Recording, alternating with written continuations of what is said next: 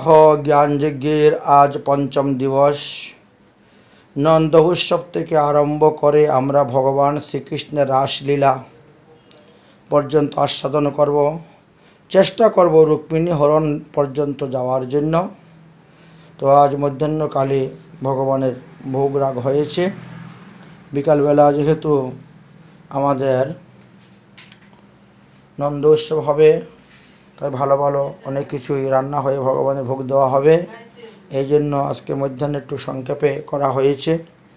নন্দ উৎসব উপলক্ষে বিশেষ সমারোহে পালন করা হবে। ভগবান শ্রীকৃষ্ণের বাল্যলীলা আস্বাদন করা হবে। তাই বেলুন টেলুন দিয়ে সুন্দর করে সাজানো হয়েছে। জয় রাধে শ্রী রাধে নিতাই গৌর হরিবল।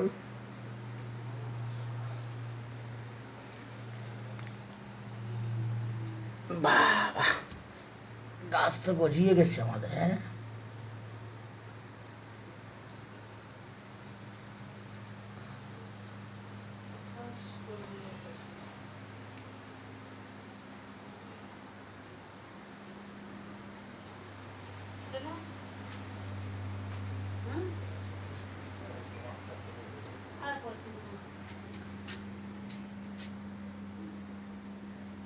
आरती बाला कृष्णा की कीजे।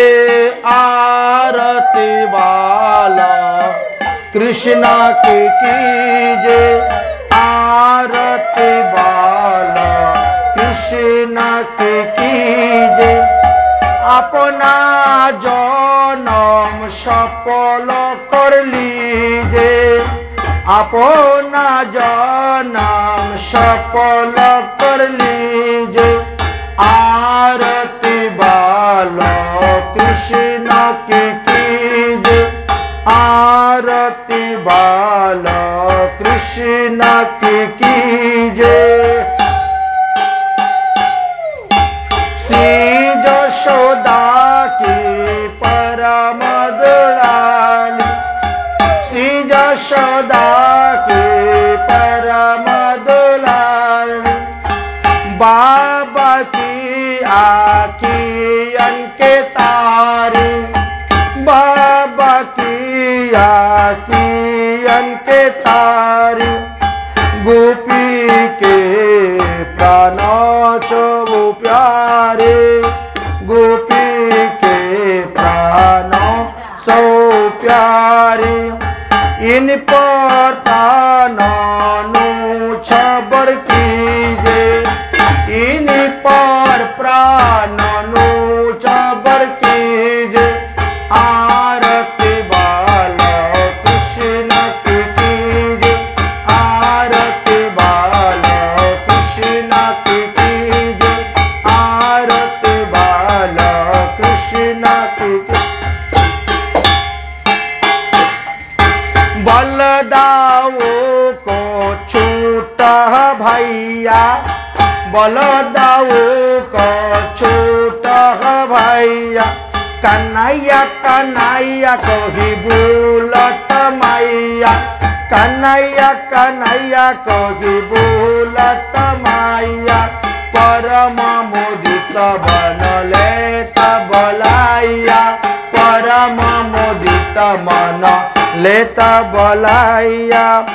जो छवि नयन में बर लीजे। छवि नयन में बर लीजे। आरती बाला कृष्ण की कीजे। आरती कृष्ण की श्री राधा बर सुदर कन्हैया। श्री राधा बर सुदर कन्हैया। ब्रज जनौ को नवनीत खाइया।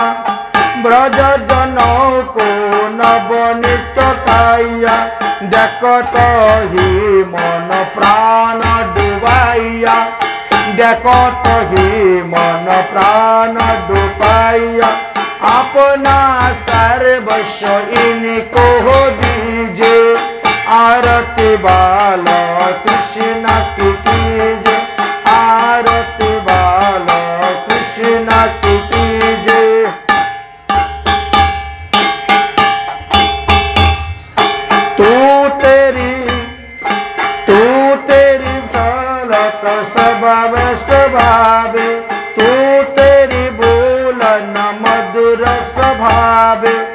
सकान संग में खेलत सुख पावे, सका संग में खेलत सुख पावे, सोही सुकृत जो इनको जावे, आप इनको को पाना चढ़े।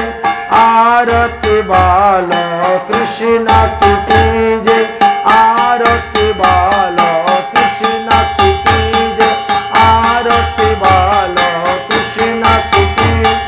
हरे कृष्ण कृष्ण कृष्ण हरे हरे, हरे राम राम राम हरे हरे। कृष्ण कृष्ण कृष्ण हरे हरे, हरे राम राम राम हरे। कृष्ण कृष्ण कृष्ण हरे हरे, हरे राम राम राम हरे हरे। जय राधे जय राधे जय राधे। निताई गौर हरि बोल, निताई गौर हरि बोल, गौर हरि बोल, निताई गौर हरि बोल। जय प्रसादात् भगवत प्रसाद, जय प्रसादान गति कौतुयापि, ध्येयं स्तुवं तस्य यशस्वी सन्दं, वन्दे गुरु श्री चरणारविन्दम्। आजानुलम्बित भुज कनकावदातो, संकीर्तनैकपीतरु कमलायताक्षु, विश्वम्भर द्विजवर जुगधर्म पालो, बंदी जगत प्रिय करु करुणायावतारो। नमो त्रिकालशय्याय जगन्नाथ सुताय च, सवित्राय सपुत्राय सकलत्राय ते नमः। कस्तूरी तिलकं ललाटपटले, वक्षस्थले न कौस्तुभं, नासाग्रेवरो मुकुटितं, करतलवेणुकरे कङ्कणम्। सर्वाङ्गे हरिचन्दनं, सुललितं कण्ठे च मुक्तावली, गोपश्री परिवेष्टितं, विजयते गोपाल चूड़ामणि। तप्त कंचन गौरांगी, राधे वृंदावनेश्वरी, विश्वभानुसुते देवी, तं नमामि हरिप्रिये।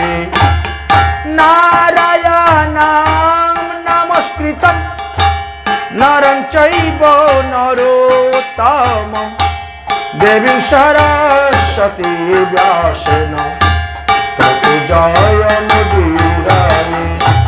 द्वादश वयस किशोरमूर्ति, श्यामवर्ण दिगम्बरं, व्यास नंदन शुकमुनि चरणे, कोटि कोटि करुत प्रणाम। तुलसी काननं जत्र जत्र पद्म वनानि च, पुराणं पठनं जत्र तत्र सन्निहितो हरि। हरि भक्ति पराजे च, हरिर नाम परायणा, दुर्वृत्तो वसुवृत्तो वा, तेषां नित्यं नमो नमः। वाञ्छकल्पतरुभ्यश्च कृपा কৃপা সিন্ধু ভয়ে বচ পতিতানাং পাবনেভ্যো বৈষ্ণবেভ্যো নমো নমঃ। জয় রূপ সনাতন ভট্ট রঘুনাথ শ্রীজীব গোপাল ভট্ট দাস রঘুনাথ। এই জয় গোস্বামীর করি চরণ বন্দন, যাহা হইতে বিঘ্ন নাশ অনিষ্ট পুরন। সকল শ্রোতা বৈষ্ণব মাতৃবৃন্দের করি নমস্কার, কৃপা করি চরণ ধুলি দাও শিরেতে আমার। দুর্গমে প্রদীমেন বৈশ্য কলত্তে পাদেন গতের মোহ, শকেরি পাজষ্টি দানেন সন্তু সন্তু অবলম্বন। শকেরি পাজষ্টি দানেন সন্তু সন্তু অবলম্বন। শকেরি পাজষ্টি দানেন সন্তু সন্তু অবলম্বন।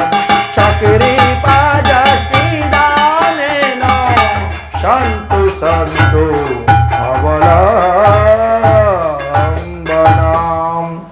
बोलो श्रीमद्भागवत महापुराण की, श्री कृष्ण द्वैपायन बद्रिव्यास जी की, श्री शुक मुनि की, सुत मुनि की, परीक्षित महाराज की, शनकादि ऋषिवृंद की, आपन अपन गुरुदेव की, आपन अपन इष्टदेव की, नित्य धामगत पार्थ पंडित के, इनके आत्मा कल्याणार्थ भागवत सप्ताह के, सप्ताह यज्ञ पंचम दिवस के, आज के आनंद के, जय जय श्री राधे श्याम निताई गौर हरि हरि बोल।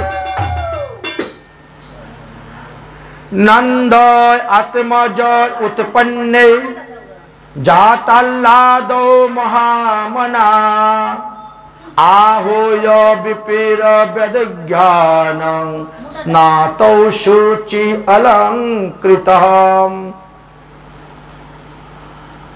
परमहंस शिरोमणि सुखदेव गोस्वामी पाद आसन्न मृत्युग्रस्त महाराज परीक्षितेर सभाते गिये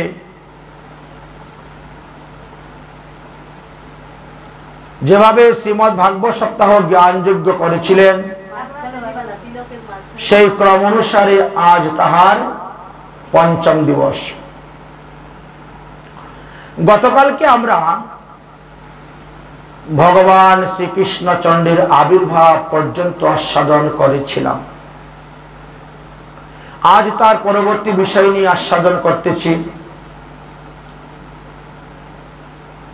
ভাগবতের দশম স্কন্ধের পঞ্চম অধ্যায়েতে লেখা আছে যে গোকুলে ভগবানের জন্ম মহোৎসব।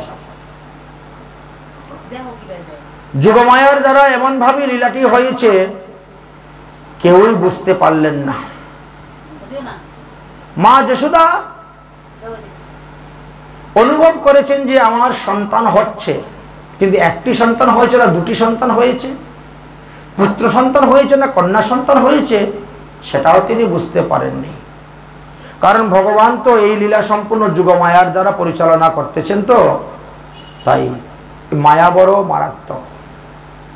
দৈবীয়ং গুণময়ী মায়া দূরত্বয়া মামবহি প্রবদ্ধন্তে মায়া মেতাং তরন্তিতে। ভগবানের কৃপা না হলে এই মায়ার থেকে উদ্ধার হওয়া যায় না, কেউ বুঝতে পারে না। সুখদেব গোস্বামী পাদ বাসুদেব অর্থাৎ বসুদেবের পুত্র যে বাসুদেব কৃষ্ণ, তিনার কথা কিন্তু পরিষ্কারভাবে সুন্দরভাবে বর্ণন করেছেন। আর নন্দনন্দন কৃষ্ণের কথা শুধু খালি ইঙ্গিতে বর্ণন করে গিয়েছেন। এমন ভাবে ইঙ্গিতে বর্ণন করছেন যে পরীক্ষিত মহারাজ পর্যন্ত বুঝতে পারেন নাই যে যশোদার ঘরে এক পুত্র হয়েছে আর দেবকীর ঘরে আরেক কৃষ্ণ হয়েছে, বুঝতে পারেননি। এই জন্য ইঙ্গিতের মাধ্যমে বলতেন। ভাবছিলেন বলবো না, কিন্তু প্রেম সিন্ধু যখন উচ্চলিত হয় তখন তো তার গণ্ডির মধ্যে থাকে না, বেলাভূমি অতিক্রম করে চলে যায়। তাই গোবিন্দের রাধারানীর প্রেমেতে যখন হৃদয় উচ্চলিত হয়ে উঠে যায় তখন আর সামলাতে পারেন না, আর তখন ইঙ্গিতের দ্বারা বলেন, ইঙ্গিতের দ্বারা বলেন। এইখানেও একটা ইঙ্গিত শব্দ দিয়েছেন। কি দিয়েছেন জানেন? নন্দ আত্মজ উৎপন্নে জাতাল্লাদ মহামনা। আত্মজ, নন্দ আত্মজ। আত্মজ কাকে বলা হয়? নিজের ঔরসজাত সন্তানকে বলা হয় আত্মজ। সন্তান 7 প্রকারের হয়, পুত্র সন্তান 7 প্রকারের হয়। এখানে ক্ষেত্রজ, পালিত, দত্তক, পুত্র, মন্ত্রজ, বরজ কিছুই বললেন না, বললেন আত্মজ। এর দ্বারা প্রমাণিত হয় যে মা যশোদা যমজ সন্তান প্রসব করেছিলেন, একটি পুত্র সন্তান, একটি কন্যা সন্তান। পুত্র সন্তান হলেন অনাদির আদি গোবিন্দ, যিনি ষোলকলায় পরিপূর্ণ, আর কন্যাটি হলেন যুগমায়া। বসুদেব যখন তিনার নিজের পুত্রকে এনে রাখলেন তখন 2 কৃষ্ণ এক হয়ে গেলেন, যার কারণে পরের দিন সকালে যখন দাসী আসলো তখন দেখেছে যশোদার পাশে একটি সন্তান শুয়ে আছে। যশোদা ঘুমে অজ্ঞান, কোনো হুঁশ জ্ঞান নেই। তাই তিনি লাল্লা হয়ো বলে চিৎকার করতেছেন। নিশি অবসানে জাগিস ব্রজেশ্বরী, হেরই বালক মুখ চাঁদ, কহুত আহুল হইল না পীড়িত, উতল হইয়া নাহি কাদ। শুনি ধ্বনি নন্দ গোপেশ্বর আউত, শিশুমুখ হেরি বিভুর, কহি সব গকুল মূর পুত্র হয় আনন্দ করহ উর। তখন কি হয়েছিল? নন্দ বাবার বয়স ছিল 90 বৎসর, মা যশোদার বয়স তখন 85 বৎসর। সমস্ত ব্রজবাসীরা নন্দ বাবার ছেলে হবে বলে তারা পুত্রদা একাদশী ব্রত করেছেন। বুঝতে পেরেছেন? পুত্রদা একাদশী ব্রত করে সেই ব্রতের একাদশী ব্রতের ফল দান করেছেন,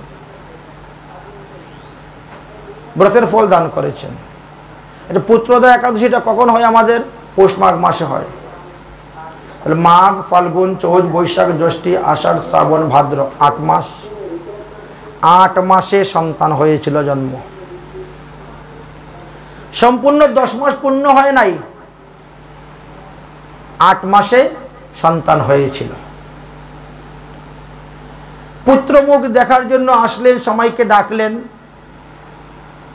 আহিল বন্দিগণ ব্রাহ্মণ সজ্জনগণ, জাতকর্ম করিবারে, নান্দিমুখ শ্রাদ্ধ করিয়া যতনে ব্রাহ্মণের দান করে। সন্তান হয়েছে, সন্তান হলে পরে অসুস লাগবে, কিন্তু একটা বিধান আছে। ব্রাহ্মণ এনে যদি নান্দিমুখী শ্রাদ্ধ করে পুত্র জাতকর্ম অনুষ্ঠান করানো হয়ে যায় তাহলে পিতার গায়ে আর অসুস থাকে না, শুধু মাতার গায়ে থাকবে অসুস। পিতা শুদ্ধ হয়ে গেলেন, অতএব তিনি পুত্রের মঙ্গলের জন্য দান করতে পারবেন। তাই তিনি দান করা শুরু করলেন। কি দান করলেন? 20 লক্ষ গাভী দান করলেন, আর 7 পর্ব তিল মানে 356 মণ তিল দান করলেন। সেই অনুসারে টাকা পয়সাও দান করেছেন, সোনা রূপা হীরা মুক্তাও দান করেছেন, অনেক বস্ত্রও দান করেছেন। মাধব সর্বভূতানাম সর্বকর্ম ফলপ্রদা তিল দানেন মহত্তম সর্বান কামান প্রয়শ্চতি। তিল দান করলে পরে তিল পরিমাণ পাপ থাকে না দেহের মধ্যে। তিল দানের এমনই মহিতা। রোহিণী যশুমতি লইয়া সব গোপিনী, করতহি সবজনে প্রীত, দদি ঘৃত নবনীত হরিদ্রা চূর্ণ মিশ্রিত, অঙ্গনে ঢালি হইল প্রীত। দইয়ের মধ্যে হলুদ মিশ্রিত করে সবার কপালে দিচ্ছেন, সবার গায়ে মাখতেছেন, আনন্দ উৎসব পালন করতেছেন। শুনো গো যশোদা, হেরিব তব সুতা। দেখি তোমার ছেলেটাকে নিয়ে আসো, দেখি কৈছন্ন বালক দেখি। ওরে বাবা, এই রকম ছেলে তো কোনোদিনও দেখি নাই। জন্ম সফল তুহা বৃদ্ধকালে পুত্র পাইলা, কত পুণ্য না জানি করিলা। 85 বছর বয়সে পুত্র পেয়েছ, না জানি কোন জন্মের কত পুণ্য ফল তোমাদের ছিল। নন্দ মহারাজ তখন কি করেছেন? দান দক্ষিণা করছেন আর মনন আনন্দে নৃত্য করতে লাগলেন। 90 বছর বয়সে ছেলে হয়েছে, তাই আনন্দে নৃত্য করতেছেন। আরে নাচে রে নন্দ সঙ্গে লইয়া গোপবৃন্দ, নাচে রে নন্দ সঙ্গে লইয়া গোপবৃন্দ, হাতে লাঠি কান্দে করি ভারে, হাতে লাঠি কান্দে করি ভার। উপানন্দ অভিনন্দ সুনন্দ নন্দ নন্দ, সবে নাচে বাহু তুলিয়া, সবে নাচে বাহু তুলিয়া। নন্দ মহারাজরা 5 ভাই ছিলেন, উপানন্দ, অভিনন্দ, সুনন্দ, নন্দন, নন্দ। সবে মিলে নৃত্য করতে শুরু করেছেন। ক্ষণে নাচে ক্ষণে গায়, সুতিকা গৃহেতে যায়। ক্ষণে নাচে ক্ষণে গায়, সুতিকা গৃহেতে যায়। ফিরয়ে বালক মুখ হেরি, ফিরকে বালক মুখ হেরি। নন্দ বাবা একবার দান করেন, একবার নৃত্য করেন, একবার সুতিকা গৃহে গিয়ে বালককে দর্শন করেন। দধি দুগ্ধ ভারে ভারে, ঢালে হে আঙ্গিনা পরে। কেহ শিরে ঢালে দধি তুলি, কারো শিরে ঢালে দধি তুলি। যত বৃদ্ধ গোপ নারী, জয়কার করে ধ্বনি। যত বৃদ্ধ গোপ নারী, জয়কার করে ধ্বনি। আশীর্বাদ করে শিশু বেরি, আশিস করে শিশু বেরি। নর্তক বাদক যত, তারা নাচে শত শত। আনন্দ উৎসব শুনে নাট ভাট যত কীর্তনীয় ছিলেন সবাই এসে উপস্থিত। নর্তক বাদক যত, নাচে গায় শত শত। ধেনু দায় উচ্চ পুচ্চ করি, ধেনু দায় উচ্চ পুচ্চ করি। যশোদানন্দন দেখি, আনন্দে পূর্ণিত আখি। যশোদানন্দন দেখি, আনন্দে পূর্ণিত আখি। কৌতুকে নাচে গোপরানী, কৌতুকে নাচে গোপরানী। তৈল হরিদ্রা দধি, সবে সবার অঙ্গে দেয়। হুলাহুলি দিয়া জয় ধ্বনি, হুলাহুলি দিয়া জয় ধ্বনি। কেহ নাচে কেহ গায়, কেহ নানা বাদ্য বায়। আনন্দে নয়নে হিসিমা, নয়নে আয়না হিসিমা। উৎসব কর হে বল, ঘন ঘন হরি বল। উৎসব কর হে বল, ঘন ঘন হরি বল। কি কহিব যশোদার মহিমা, কি কহিব যশোদার মহিমা।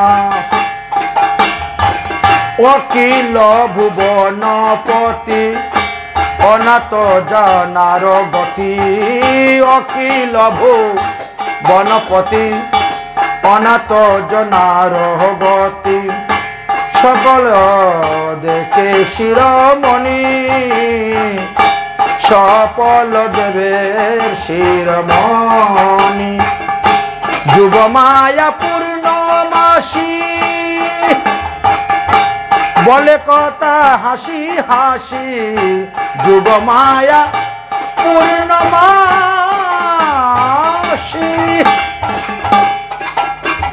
যুগ মায়া পূর্ণমাসী বলে কথা হাসি হাসি বড় ভাগ্য নন্দরানী বড় ভাগ্য নন্দরানী যুগমায়া পূর্ণমাসী তো সব জানেন, তাকে নিয়েই তো লীলা খেলা, কিন্তু কথাটা গোপন রাখছেন যে তোমার ঘরে স্বয়ং ভগবান এসেছেন, একথা কিন্তু বলছেন না, কথাটা গোপনে রেখেছেন। নন্দ মহারাজের ঘরে আজকে আনন্দ বাধাই শুরু হয়েছে, আনন্দই আনন্দ, কেউ নাচে, কেউ গায়, কেউ দধি একজনের দিনে আরেকজনের গায়ে ঢালে, দধির মধ্যে হলুদ মিশ্রিত করিয়া কারু কপালে ঢালে, কারু গায়ে ঢালে, উঠানের মধ্যে ফেলে দিয়ে গড়াগড়ি শুরু হয়েছে খেলা। নন্দ মহলে আজি আনন্দ বাদাই, আনন্দ বাদাই আজি আনন্দ বাদাই, নন্দ মহলে আজি আনন্দ বাদাই, আনন্দ বাদাই আজি আনন্দ বাদাই, স্বর্গেতে দুন্দবী মাছে নাচে দেবগণ, হরি হরি হরি ধ্বনি ভরিল ভুবন, স্বর্গেতে দুন্দবী নাচে নাচে দেবগণ, হরি হরি হরি ধ্বনি ভরিল ভুবন, ব্রহ্মা নাচে শিব নাচে আরো নাচে ইন্দ্র, ব্রহ্মা নাচে শিব নাচে আরো নাচে ইন্দ্র, গোকুলের গোয়ালা নাচে পাইয়া গোবিন্দ, গোকুলের গোয়ালা নাচে পাইয়া গোবিন্দ, নন্দের মন্দিরে গোয়াল আইল ধাইয়া ধাইয়া, নন্দের মন্দিরে গোয়াল আইল দাহিয়া, হাতে লাঠি কাঁধে বারে নাচে থইয়া থইয়া, হাতে লাঠি কাঁধে বারে নাচে থইয়া থইয়া,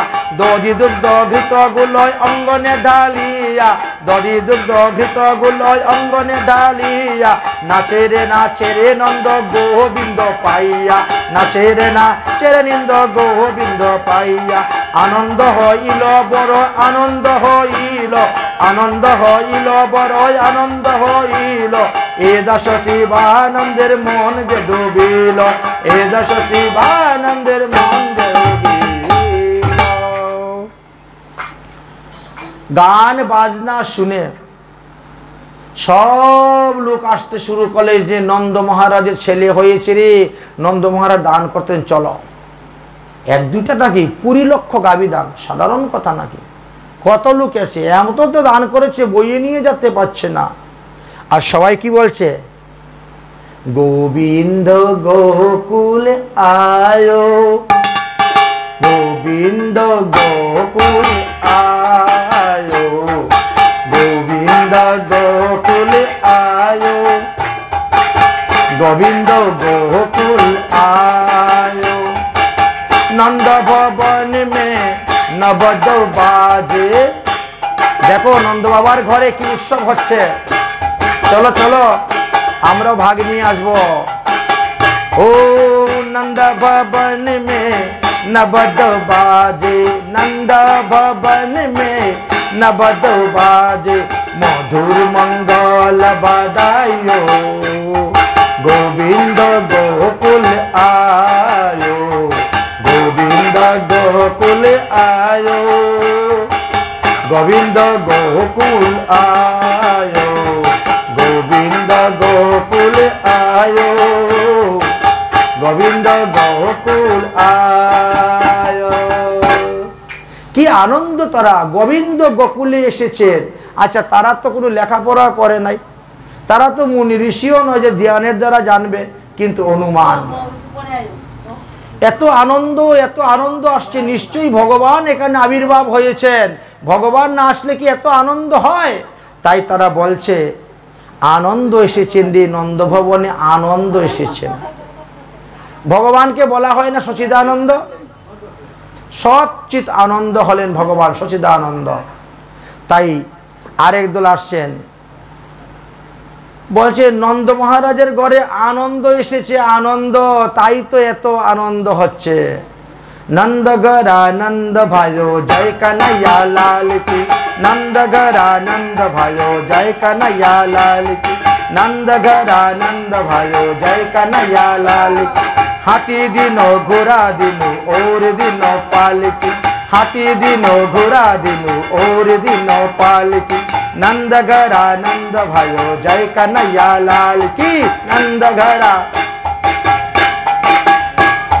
जोबान को हाथी घोड़ा बूरन को पालकी, जोबान को हाथी घोड़ा बूरन को पालकी, नंदघर आनंद भयो जय कन्हैया लाल की, नंदघर आनंद भयो जय कन्हैया लाल की, जय कन्हैया लाल की। তাহলে কেউ বলছে গোবিন্দ, কেউ বলছে আনন্দ, কেউ বলছে কানাইয়া, আগের থেকে নাম ডাকা শুরু হয়ে গেছে যেদিন ভগবান জন্ম নিয়েছে সেই দিন থেকে। এবার একদল হিজড়া এসে উপস্থিত। তোমাদের এখানে বাচ্চাটা চলে হিজড়া আসে না? হ্যাঁ, ওরে বাবা, শাড়ি দেও, এইটা দেও, সেটা দেও, এত টাকা দেও, এত কেজি চাল দেও, কত হয়ে যায়। হ্যাঁ, নাট ভাট গড় সবাই এসে উপস্থিত। রাখতো, ওগো যশোদা, তোমার নাকি ছেলে হয়েছে, তো আমাদেরকে শাড়ি দেও, ব্লাউজ দেও, পেটিকুট দেও, আলতা দেও, সিঁদুর দেও। শুরু হয়ে গেছে, কাজল দেও। लाला जन्म सुनी आई जसोदा मैया दे दे बधाई, लाला जन्म सुनी आई जसोदा मैया दे दे बधाई, दे दे बधाई मैया दे दे बधाई, दे दे बधाई मैया दे दे बधाई, लाला जन्म सुनी आई जसोदा मैया दे दे बधाई, लाला हो नाम सुनी आई जसोदा मैया दे दे बधाई। কি নিবে গো তোমরা, কি নিবে? শাড়ি বিলঙ্গি লেহেঙ্গা বিলঙ্গি, শাড়ি বিলঙ্গি লেহেঙ্গা বিলঙ্গি, चूरनी की कर दे सगाई जसोदा मैया दे दे बधाई, लाला जन्म सुनी आई जसोदा मैया दे दे बधाई। এইভাবে যে যা চাচ্ছে সব দিতে শুরু করলেন। নন্দ মহারাজ পুত্র হয়েছে বলে আনন্দের ঠেলায় 5 দিন পর্যন্ত খালি দানই দান করে যাচ্ছেন। অষ্টমী দিন হয়ে গেল, নবমী, দশমী, একাদশী। নবমী দিন থেকে শুরু হয়ে গেল, নবমী, দশমী, একাদশী 3 দিন তো অকাতরে দান করলেন, একাদশী ব্রত করলেন। দ্বাদশী দিন সকালে চিন্তা করলেন আমি একটু তাহলে মথুরাতে যাই। মথুরাতে যেতে হবে, কারণ কংস তো বড় মহারাজ, তিনাকে ট্যাক্স দিতে হয়, কর দিতে হয়। তো যাই, এই বছরে খাজনাটাও দিয়ে আসবো, আর আমার একটা ছেলে হয়েছে এই সংবাদও জানাবো। মনের আনন্দে খাজনা নিয়ে রওনা হয়েছেন, গিয়ে উপস্থিত হয়েছেন। ভোজপতি কংস কি জয় হোক। আহা, আরে নন্দ মহারাজ আপনি আসুন আসুন আসুন, কি ব্যাপার হঠাৎ করে আগমন? বলে না, এই বছরে খাজনাটা তো দেওয়া হয় নাই, আজ দিব কাল দিব বলতে বলতে অনেক দিন চলে গেছে, দেওয়া হয় নাই, তাই খাজনাটা দিতে আসলাম। এই নেন আপনার এই বছরের খাজনা, 1 নম্বর। 2 নম্বর হলো একটা আনন্দ সংবাদ আছে। বলে কি? বলে গত অষ্টমী দিন রাত্রে আমার একটি পুত্র সন্তান হয়েছে। হওয়ার কোনো কথাই ছিল না। আমার 90 বছর বয়স, যশোদার 85 বছর বয়স। সমস্ত ব্রজবাসীরা পুত্রদা একাদশী ব্রত করে সেই ব্রতের পুণ্য ফল দান করেছে আমাদেরকে, আর এই পুত্রদা একাদশী ব্রতের প্রভাবে এক পুত্র সন্তান পেয়েছি। আপনি আশীর্বাদ করবেন যাতে আমার পুত্র ভালো থাকে, সুস্থ থাকে। কংস বলে সর্বনাশ হয়েছে। হ্যাঁ, যুগমায়া যে আমার হাত থেকে পিছকে গিয়ে বলেছিল যে তোমাকে যে মায়ের জন্ম মারবে সে গোকুলে মারতেছে, তাহলে কি নন্দের ঘরে গিয়ে আমার শত্রু জন্ম নিল? কিন্তু আকাশবাণীতে এরকম বলে নাই।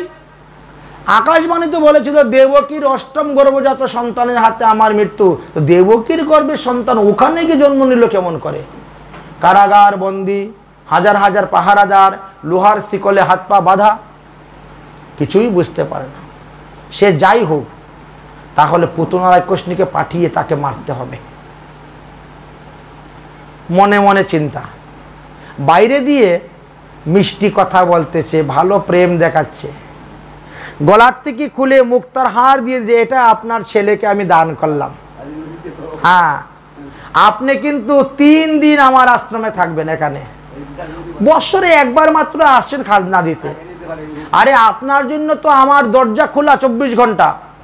আপনার জন্য আমি নর্তকী আনবো, বাজনা আনবো, গায়ক আনবো, খুব নাচ গান উৎসব হবে 3 দিন। আপনার ছেলে হয়েছে, এটা তো আমি উৎসব না করলে হয় বলেন তো? আপনার ছেলে হয়েছে, আমার কত আনন্দ, অতএব আপনার ছেলের আনন্দেতে আমারও আনন্দ। অতএব আপনার এখানে যেমন উৎসব 3 দিন করে এসেছেন, আমার এখানেও 3 দিন উৎসব। আপনি 3 দিন কোথায় যেতে পারবেন না, যার অতিথি ভবনে গিয়ে বিশ্রাম করুন, আমি সব ব্যবস্থা করতেছি, নাচ গানের দলের ব্যবস্থা করতেছি। নন্দ মহারাজ কি হাসি মুখে মিষ্টি মিষ্টি কথা দিয়া কথার পেছে ফেলে রেখে দিলেন। আর ওদিকে বলছেন, এই পুতনা, তোর স্তনের মধ্যে কালকূট বিষ মাখিয়ে যা গোকুলে, বহু রূপ ধরতে পারিস তো, এমন ভাবে রূপ ধারণ করে যাবে, এমন ভাবে কথা বলবে যাতে কেউ বুঝতে পারে না তুই রাক্ষসনী। নন্দ ভবনে গিয়ে খালি নন্দ মহারাজের ছেলেটার মুখটা খালি স্তনের মধ্যে দিবে, বাস হয়ে গেছে। অত কালকূট বিষ মুখে দেওয়া মাত্র শিশু মরে যাবে। মাত্র শিশুর বয়স হয়েছে আজকে 5 দিন। পুতনা বলছে, তাহলে আজকে না, তাহলে কালকে যাও, কালকে যাবো। ঠিক আছে, তাহলে কালকেই যা, অসুবিধা নেই, কারণ আজকে বেলা চলে গেছে, কাল সকাল সকাল। হ্যাঁ সকাল সকাল, চিন্তা করিস না, আমি তো 3 দিনের জন্য আটকে রেখে দিয়েছি নন্দ মহারাজকে। ঠিক আছে। পুতনা রাক্ষসী সকালবেলা ঘুমের থেকে উঠে স্নান টান করে, ভালো করে বেশভূষা নিয়ে এমন রূপ ধারণ করেছে, দেখলে মনে হবে যে স্বর্গের থেকে মনে করেন কোন দেবকন্যা নেমে এসেছে। চিন্তা করছেন, গায়ের থেকে সুগন্ধ বেরোচ্ছে, অঙ্গের ছটায় যেমন সব দিকে আলোকিত করে দিচ্ছে। মায়া রাক্ষসী তো মায়ার দ্বারা এমন রূপ ধারণ করেছে। বিনা বাজন করে গান করতে করতে কিস্তে করতে তিনি একেবারে নন্দ ভবনের দিকে রওনা হচ্ছে। এদিকে বসুদেব গুপ্তচরের দ্বারা জানতে পারলেন যে নন্দ মহারাজ কালকে থেকে এসে মথুরায় বসে আছেন। কর দিতে এসে তিনি আর যান নাই, মথুরায় বসে আছেন, নাচ গান ফুর্তির আনন্দেতে আছেন। বসুদেব তখন একজন গুপ্তচর পাঠাইলেন, যেভাবে হোক গিয়ে বলো নন্দ মহারাজকে উপবনে এসে দেখা করার জন্য আমি ছদ্মবেশে ওখানে যাচ্ছি। বসুদেব ছদ্মবেশ ধারণ করে উপবনে গিয়েছেন লাকড়ি কাটার জন্য। নন্দ মহারাজ ঘুরতে ঘুরতে ঘুরতে ঘুরতে ওখানে গিয়ে উপস্থিত। আরে বন্ধু, কি খবর, তুমি এখানে বসে আছো কেন? তুমি জানো না কংস যে ষড়যন্ত্র করতেছে? আজ থেকে 15 দিন আগে যত শিশু জন্ম নিয়েছে সবাইকে মারতেছে, আর 15 দিন পরেও যত শিশু জন্ম নিয়ে সবাইকে মারবে। অতএব তোমার ছেলে আর আমার ছেলে কেমন আছে? বলে ভালোই আছে। বলে ভালো হলে কি হবে, তুমি তাড়াতাড়ি বাড়ি চলে যাও, মথুরায় থেকো না, তো নাচ গান দেখতে হবে না তোমার। বলে চিন্তা করো না, বড় বড় বলিষ্ঠ সৈন্য রেখেছি আমি মথুরা এই গোকুল পাহারা দেওয়ার জন্য। বলে ওসব কিছুই নয় মায়ার রাক্ষসীর কাছে। মায়া রাক্ষসী তার জাদুবিদ্যার দ্বারা, মায়াবিদ্যার দ্বারা সবাইকে মোহিত করবে, ভুলিয়ে চলে যাবে। তাকে তুমি আটকাবে কেমন করে? অস্ত্রশস্ত্র দিয়ে। আচ্ছা আচ্ছা, তুমি নাই সেখানে, ওখানে তো বুদ্ধির খেলা, ওখানে অস্ত্রের খেলা নাই, শক্তির খেলা নাই, বুদ্ধির খেলা। অতএব তুমি কাল বিলম্ব না করে এক্ষুনি তুমি যাও বাড়ি, গোকুলে যাও। আমি আর থাকতে পারছি না, আমি চললাম, ছদ্মবেশে এসেছি, লোকে ধরে দেখতে পারলে বিপদ আছে। বসুদেব চলে গেলেন। নন্দ মহারাজের মাথা ঘুরে গেল, সত্যিই তো বসুদেব যখন বলছে তাহলে তো থাকা যাবে না। এসে বলছেন, কংস মহারাজ আমি এখন বাড়ি চলে। কি বলছেন বাড়ি চলে যাবেন? মাত্র 1 দিন হলো, 3 দিন থাকার কথা আপনার ছিল। না না না, আমার ভালো লাগছে না, আমার এটা কিরকম লাগতেছে মনটা, আমি বাড়ি চলে। আচ্ছা ঠিক আছে বাবা, বাড়ি যাবেন তো বিকালে যাবেন, সন্ধ্যার আগে জীবনে, এখন এখন থাকেন, ওদিকে যে রাক্ষসী পাঠিয়েছি। ঠিক আছে ঠিক আছে, এতই যদি ব্যস্ত হয়ে পড়েছেন তো দুপুরে খাওয়া দাওয়া করে বিকালবেলা যাবেন। প্রেম কিরকম, ভালোবাসা কিরকম দেখেছেন? দুপুরে অন্তত পক্ষে খাওয়া দাওয়া করে তো যান, আটকাই দিয়েছে। পুতনা রাক্ষসী তো বিনা বাধ্য করতে গান গেতে গেতে একদম মা যশোদার বাড়িতে উপস্থিত। কি মিষ্টি ভাষায় ডাকতেছে, যশোদা, ও যশোদা, নন্দরানী, ও নন্দরানী, কোথায় গো? ওগো তোমার নাকি একটা ছেলে হয়েছে, আজকে 6 দিন হয়ে গেছে, দেখি দেখি গো তোমার ছেলেটাকে দেখি। কত লোক আসলো তোমার ছেলেকে দেখে গেল, আমার সময় হলো না গো, আজ 6 দিন হয়ে গেল, অনেক কষ্ট করে সুযোগ সুবিধা বের করেই আসলাম, দেখি দেখি তোমার ছেলেটা। কি সুরে, মিষ্টি সুরে কথা বলে, মানে প্রাণ কেড়ে নিচ্ছে। এত আত্মীয়, এত ঘনিষ্ঠ বলে মনে হচ্ছে, আপনজন। রোহিণী বেরিয়েছেন। তুমি কে গো? ওমা, তুমি আমাকে চিনো না? আমি ব্রাহ্মণ পত্নী, আমি পণ্ডিতানি। ব্রাহ্মণ পত্নী? কোথায় তোমার ঘর? তোমাকে তো দেখি নাই, আমি তো 10 বছর ধরে এখানে আছি। রোহিণী বলতেছে, তুমি দেখবে কোথার থেকে? আমার যেদিন বিয়ে হলো ওই গ্রামের ওই পারে, আমার যেদিন বিয়ে হলো বিয়ের পরের দিনেই আমি তপস্যা করতে চলে গিয়েছিলাম, তপস্যা করতে চলে গেছি। দীর্ঘ 12 বৎসর তপস্যা করেছি। তুমি তো 10 বছর হয়েছে এখানে আসছো, তুমি আমাকে দেখবে কোথার থেকে? 12 বৎসর তপস্যা করেছি, ঘোর জঙ্গলের মধ্যে, হিমালয় পর্বতের মধ্যে বসে। আমার তপস্যায় ব্রহ্মা সন্তুষ্ট হয়ে এসে আমাকে বর দিতে চাইলেন। বলো কি বর চাও পণ্ডিতানি? আমি বললাম, দেখো, আমার এই স্তন দুগ্ধ যে বালক পান করবে সে অজর হবে, অমর হবে, তার রোগ সুখ ব্যাধি হবে না, সে যেখানে যাবে সেখানে জয়লাভ করতে পারবে, সর্বত্র তার বিজয় হবে। ব্রহ্মা বললেন তথাস্তু, অন্তর্ধান হয়ে গেলেন। এইবার সেইখান থেকে পায়ে হেঁটে আমি বাড়িতে আসলাম। এই আজ সকালে এসে পৌঁছেছি। বাড়িতে আসার পরে শুনলাম, জানি আমাদের নন্দ মহারাজের একটা ছেলে হয়েছে আজ 6 দিন। আমি চিন্তা করলাম, তাহলে আমার তপস্যার ফল আগে আমি নন্দ মহারাজের ছেলেকেই খাওয়াবো, পান করাবো। দাও দাও দাও, তোমার ছেলেটাকে দাও, আমার স্তন দুগ্ধটা পান করাই, তাহলে তার কোনো রোগ হবে না, সুখ হবে না, ব্যাধি হবে না, কোনো অসুর দৈত্য দানব তাকে কিচ্ছু করতে পারবে না, সে অজর অমর হয়ে যাবে, মহাবলবান হবে, সর্বত্র জয় হবে। দাও দাও, তোমার বালকটাকে দাও। ভগবান শ্রীকৃষ্ণ একবার মাত্র পুতনা রাক্ষসীর মুখের দিকে তাকিয়ে চোখ ফিরিয়ে নিয়েছেন। ওরে বাবা, চোখ ফিরিয়ে নিয়ে একদম চোখ বন্ধ করে নিয়েছেন, আর চোখ তাকাচ্ছেন না। মা যশোদা বলছেন, দেখো আমার ছেলে তো ঘুমাচ্ছে, আর থাক না ঘুমে, তাতে কি হয়েছে, আরো ভালো। ঘুমের ঘরে সে তো বুঝতেই পারবে না এখন মায়ের স্তন পান করছে না অন্য কারো স্তন পান করছে। দাও দাও দাও।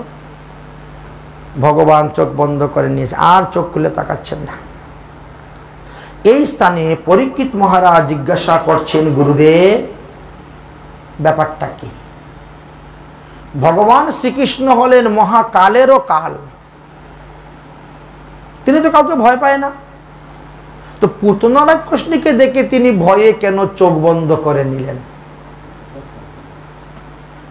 সুখদেবজি বলছেন, দূর, ওটা বালকের স্বভাব, ভগবান মানুষের রূপ ধারণ করে আসছেন না, তো মানুষের মতো লীলা করতে হবে,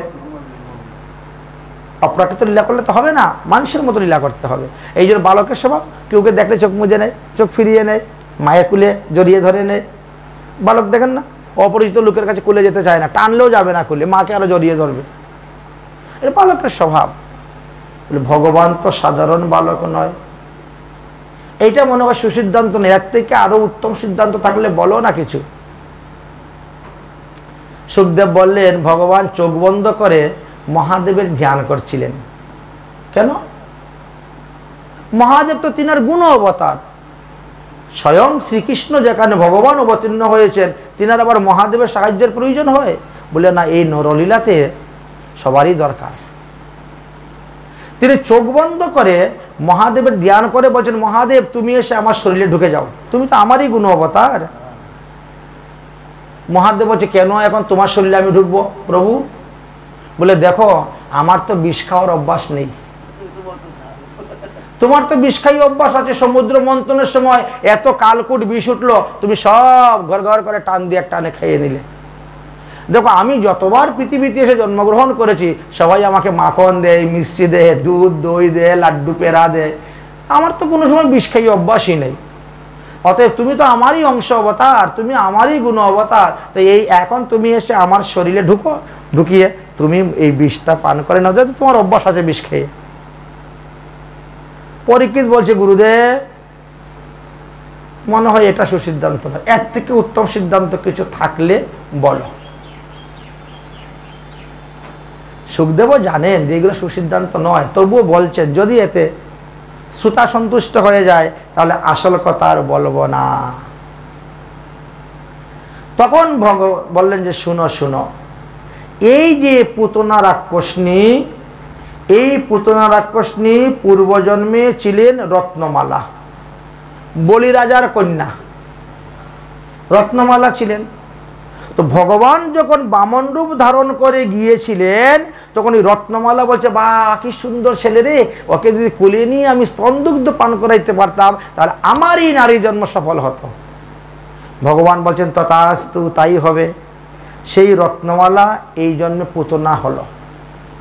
পুতনা হলো কেন? এটা ভালোই তো বাসনা ছিল। ভালো বাসনা থাকলে কি হবে? পরবর্তী সময়ে যখন ভগবান বামন থেকে ত্রিবিক্রম রূপ ধারণ করলেন আর বলিরাজার সর্বস্ব হরণ করে নিলেন, বলিরাজাকে বন্দী করলেন, তখন এই রত্নমালাই বলছে ওরে বাবা এত দুষ্ট বালক, এ যদি আমার পেটের ছেলে হইতো তাও আমি নিজের হাতে বিষ খাওয়াইয়ে তাকে মারতাম। এই জন্য ভগবান তখন তথাস্তু বলেছিলেন। অতএব ভগবান চিন্তা করলেন এখন আমি এখন তার বিষ পান করব, তার স্তন পান করব, দুটাই। এখন তার মুখের দিকে তাকিয়ে তাকিয়ে যদি তার স্তন পান করি তাহলে তার উপরে আমার মাতৃভাব চলে আসবে, আর মাতৃভাব আসার পরে যদি আমি তাকে মারি তাহলে আমার মাতৃহত্যা পাপ লেগে যাবে। এই জন্য ভগবান চক্ষু বন্ধ করে নিয়েছেন। এহ হয়, ঠিক আছে, এইবার সুসিদ্ধান্ত বুঝা গেল। অতএব বিষ্ণু তখন কৃষ্ণের শরীরে, সেই সময় তো গর্ভোৎসাহী বিষ্ণু কৃষ্ণের শরীরের ভিতরে ছিলেন। বিষ্ণুর দ্বারা কৃষ্ণ করবেন অশুভ সংহার। ভগবান বলছেন আমি কিন্তু অসুর মারবো না, বিষ্ণু তুমি তো এখন আমার ভিতরে আছো, অতএব তুমি এই পুতনা রাক্ষসনীকে মারো। আনুষঙ্গিক কর্ম এই অসুর মারণ, যে লাগিয়ে অবতার কইলু, এটা হলো আমার মূল কারণ, আমার অবতারের মূল কারণটি এটি। ঠিক আছে। মা যশোদা দিয়ে দিলেন রোহিণীর কাছে, আর রোহিণী এনে দিলেন রাক্ষসনীর কাছে, পুতনার কাছে। পুতনার সঙ্গে সঙ্গেই ভগবান শ্রীকৃষ্ণের মুখের ভিতরে বিষযুক্ত স্তন দিয়ে দিয়েছে। ভগবান কি করলেন তখন? দুই করে স্তন ধরিয়া ভগবান চিবুক সহিত তবে দিলা এক টান, প্রাণ সহ স্তন তার পিয়েন শ্রী হরি, ছাড় ছাড় ছাড় ছাড় বলে নিশাচরি। এমন জোরে টান দিয়েছেন দুধ সহ তার প্রাণটাকে টেনে নিয়ে নিয়েছেন। যখন প্রাণ টেনে নিয়েছেন তখন ছাড় ছাড় ছাড়, সামঞ্চ সামঞ্চ ইতি প্রবাসিনী, ওরে ছেড়ে দে ছেড়ে দে, আমি তোর মা নয়, আমি তোর মা নয়, আমাকে ছেড়ে দে। ভগবান তো 6 দিনের শিশু। ভগবান মনে মনে বলেন ওরে পুতনা, আমি যারে একবার ধরি তারে এত সহজে ছাড়ি না, ধরার মতনই ধরি। বাস দেহ থেকে প্রাণ বেরিয়ে গেল। পুতনা রাক্ষসনী একেবারে বিকৃতি রূপ ধারণ করে দৌড় দিল, আর কিছু দূর গিয়েই পড়ে গেল, পরে মরে গেল।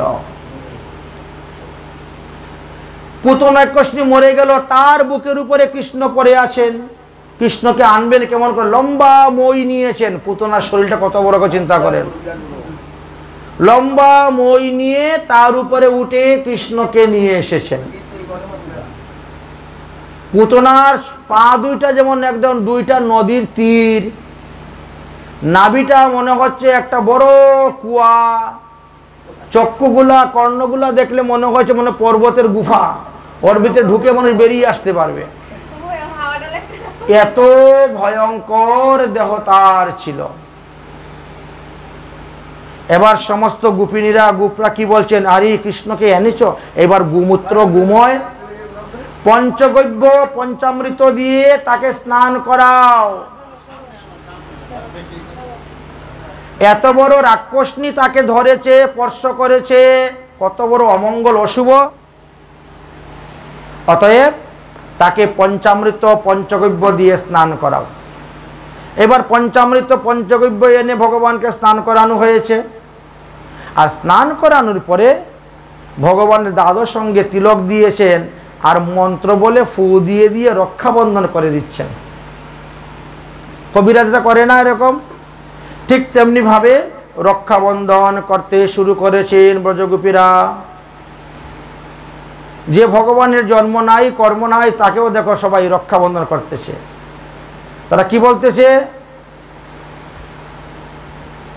হে অজ ভগবান, তুমি আমার এই গোপালের চরণ দুইটা রক্ষা করো। হে মণিমান, তুমি আমার এই গোপালের জানুদয় রক্ষা করো। হে যজ্ঞ পুরুষ, তুমি আমার গোপালের উরুদয় রক্ষা করো। হে অচ্যুত, তুমি আমার গোপালের কীটিদেশ রক্ষা করো।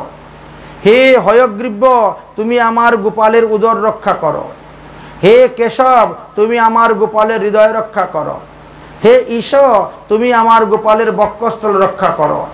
হে সূর্যদেব, তুমি আমার গোপালের কণ্ঠদেশ রক্ষা করো। হে বিষ্ণু, তুমি আমার গোপালের বাহু রক্ষা করো। হে উরুগ, তুমি আমার গোপালের মুখ রক্ষা করো। হে ঈশ্বর, তুমি আমার গোপালের মস্তক রক্ষা করো। শুরু হয়েছে। আর ভগবান খিলখিল করে হাসে হাসে। এখন 6 দিনের শিশু, বুঝলেন, এরা তো রক্ষা করতেছে রক্ষাবন্ধন, আর ভগবান হাসতেছে। পরীক্ষিত মহারাজ জিজ্ঞাসা করলেন, কি ব্যাপার, ভগবান হাসছেন কেন? হাসবে না, ভগবানের নাম দিয়ে ভগবানকে রক্ষা কবচ বাঁধিয়ে দিচ্ছে তারা, তো হাসবে না তো কি করবে? ভগবান দেখো আমার নামেই আমারে রক্ষাবন্ধন করতেছে। এই জন্য ভগবান হাসছিলেন। হাসার কারণটাই হলো, হে চক্রধারী ভগবান, তুমি আমার গোপালের অগ্রভাগ রক্ষা করো। হে গিরিধারী ভগবান, তুমি আমার গোপালের পশ্চাৎ রক্ষা করো। আচ্ছা, এইভাবে সর্ব 10 দিক, পায়ের নখ থেকে মাথার চুল পর্যন্ত খালি রক্ষাবন্ধন রক্ষা রক্ষা করে খালি ফু দিচ্ছে আর ঝাড়তেছে, আর ভগবান কিলকিল করে হাসতেছেন। বাৎসল্য প্রেমের পরাকাষ্ঠা গোপীগণ 32টা মন্ত্রের দ্বারা এইভাবে তারা গাভীর লেজ দিয়ে ঝেড়ে মন্ত্রপুত করে দাদর সঙ্গে তিলক রচনা করে দিয়েছেন। এইবার পুতনা রাক্ষসনী এত বড় শরীর কেমন করে পুরাবে? এত বড় শরীর কোন কাষ্ঠতে তুলবে বলেন তো? এদিকে নন্দ মহারাজ এসে উপস্থিত, দূরের থেকে দেখছেন হাজার হাজার লোকের ভিড়। কি রে ব্যাপার রে, এখানে ভিড় কিসের রে? বলে, আর বলেন না, আপনি তো মথুরায় গিয়ে বসে আছেন, আপনার মেয়েকে ছেলেকে মারার জন্য কত বড় রাক্ষসনী এসেছিল। সত্যিই তো, তাহলে তো বসুদেব ঠিকই বলেছিল। তাহলে বসুদেব মনে হয় গণনা জানে। বসুদেব তো আমাকে ঠিকই বলেছিল। আমি কি ভুল করেছি সকালবেলা না এসে? সকালবেলা আসলে তো আমারই বিপদটা হতো না ছেলের। এখন কি করা যায়? বলে, ওকে কেটে 100 টুকরা করো। এত বড় শরীর কোথায় নিয়ে পুরাবে? 100টা টুকরা করো, 100টা চিতা জ্বালাও, জ্বালিয়ে দাও আগুন লাগিয়ে। চন্দন কাষ্ঠ এনে ঘি এনে বাস 100টা চিতার মধ্যে পুতনা রাক্ষসীর দেহ তুলে দিলেন আগুন লাগিয়ে। 1 মণ। এইবার নাহলে 1 কুইন্টালই মনে করেন। হ্যাঁ, এক একটা কাষ্ঠতে 1 কেজি। আচ্ছা, এইবার যখন আগুনে পুড়তে শুরু হলো তখন তার শরীর থেকে সুগন্ধ বেরোচ্ছে। কোনো দুর্গন্ধ বেরোচ্ছে না, সুগন্ধ বেরোচ্ছে। ভগবান এক অংশে তিনি যশোদার কুলেতে আসেন আর এক অংশে বৈকুণ্ঠে চলে গিয়েছেন। গিয়ে বলছেন, দারোয়ান, আমি এই পুতনাকে মাতৃগতি দিয়েছি, সে আমাকে স্তন দুগ্ধ পান করিয়েছে, তো তাই আমি তাকে মাতৃগতি দিয়েছি, তাকে বৈকুণ্ঠে যেতে দাও। যাক, চিন্তা করছেন ভগবান কত করুণাময়, যে তাকে বিষ খাওয়াইতে এসেছে তাকে মাতৃগতি দিয়ে বৈকুণ্ঠে পাঠাই দিয়েছে। এত করুণাময়, এত দয়াময় ভগবান। কংস তখন বুঝতে পারলো সর্বনাশ, 6 দিনে যে পুতনা রাক্ষসটিকে মারতে পারে, সে এত বড় হইলে যে কেমন হবে তা তো বলা যায় না। তাহলে তাকে মারার জন্য আরো বড় বড় অসুর রাক্ষসদেরকে পাঠাতে হবে। কিন্তু ঘন ঘন পাঠাইলে হবে না, পরিস্থিতি একটু ঠান্ডা হোক, তারপরে আরেকটা পাঠাইব। বড় বুদ্ধিমান, রাজনীতি বুঝেন না, সমস্ত নীতির রাজা। তাহলে তার বুদ্ধিটা কিরকম ভাবে। কিছুদিন গেল, সবাই ঠান্ডা। 1 মাস পরে পাঠিয়েছে আরেকটা রাক্ষস, তার নাম হলো শকটাসুর। এই শকটাসুরের শরীর দেখা যায় না ঋষিগণের অভিশাপের কারণে, শুধু খালি পরনের কাপড়টা দেখা যাবে আর অলঙ্কার গায়ে থাকলে সেটা দেখা যায়, আর কিছু দেখা যায় না। শকটাসুর আকাশমার্গে উড়ে এসে শকটের মধ্যে বসেছে। শকট মানে গরুর গাড়ি, গরুর গাড়ি শকটের মধ্যে বসেছে। আর সেই দিনও একাদশী তিথি। এই জন্য মা যশোদা ভালো করে ঘর দরজা লেপা পূজা করতে, যে সবাই আসবে, কীর্তন হবে, উৎসব হবে, সারা রাত্রি জাগরণ হবে। গোপালকে গায়ে শকটের নিচে রেখে দিয়ে কাজ করতেছেন। অসুর এসে বসে, এমন ভারী হচ্ছে, ধীরে ধীরে ধীরে ধীরে চাক্কাগুলো ডেবে যাচ্ছে। ভগবান দেখলেন, ওরে বাবা রে, একটু পরে তো আমার বুকে চাপা পড়ে যাবে, মেরে ফেলবে, তা আমারে মারার আগে তোকেই আমি মারি। তো বাচ্চারা কি করে, যখন দুধ খাবে, খিদা লেগে, দুধ খাওয়ার চলে, তো কান্না করবে আর 2টা পাকে এরকম করবে, 2টা পাকে নাচাবে, এরকম নাচাতে নাচাতে দিয়েছে জুড়ে লাথি। এমন জুড়ে লাথি দিয়েছে, একেবারে শকট সহ উড়ে গিয়ে অসুরটা পরে মরে গেল। শেষ শকটাসুর। কংস বলছে সর্বনাশ, 6 দিনে পুতনাকে মারলো, 1 মাসে শকটাসুরকে মেরে দিল। এত সাংঘাতিক। বড় হলে না জানি কি হবে। এখন আর কাকে পাঠানো যায়, কাকে পাঠানো যায়? এর থেকে আরো বলিষ্ঠ রাক্ষসকে পাঠাতে হবে। খুঁজতে খুঁজতে নিয়ে আসলেন 3 নাবত অসুর। যে অসুর মুখের থেকে অগ্নি প্রকট করতে পারে, বায়ু প্রকট করতে পারে, ঝড় বৃষ্টি প্রকট করতে পারে, এমন মারাত্মক অসুর যে আকাশমার্গে উড়ে যেতে পারে। সেই 3 নাব্রত অসুরকে আনলেন। তখন ভগবান শ্রীকৃষ্ণের বয়স 3 মাস।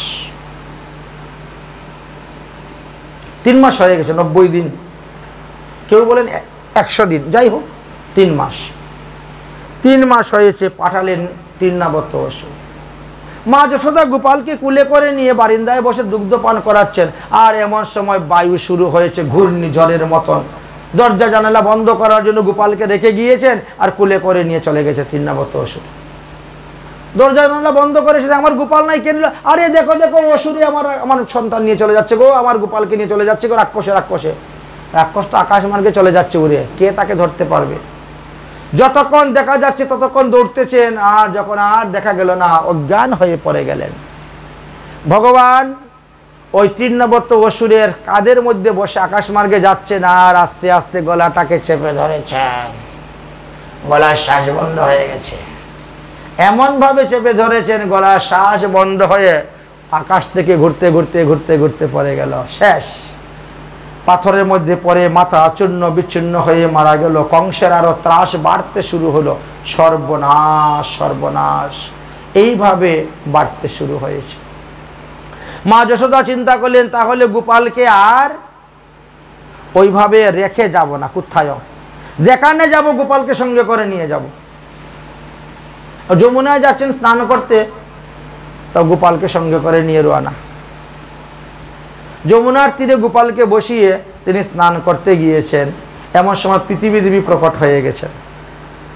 ভূমি মাতা পৃথিবী দেবী প্রকট হয়ে বলছেন, প্রভু আপনি এসেছেন, আজকে বহুদিন হয়ে গেল, অথচ আমি আপনার শ্রীচরণ পেলাম না। আজকে গিয়ে পেলাম।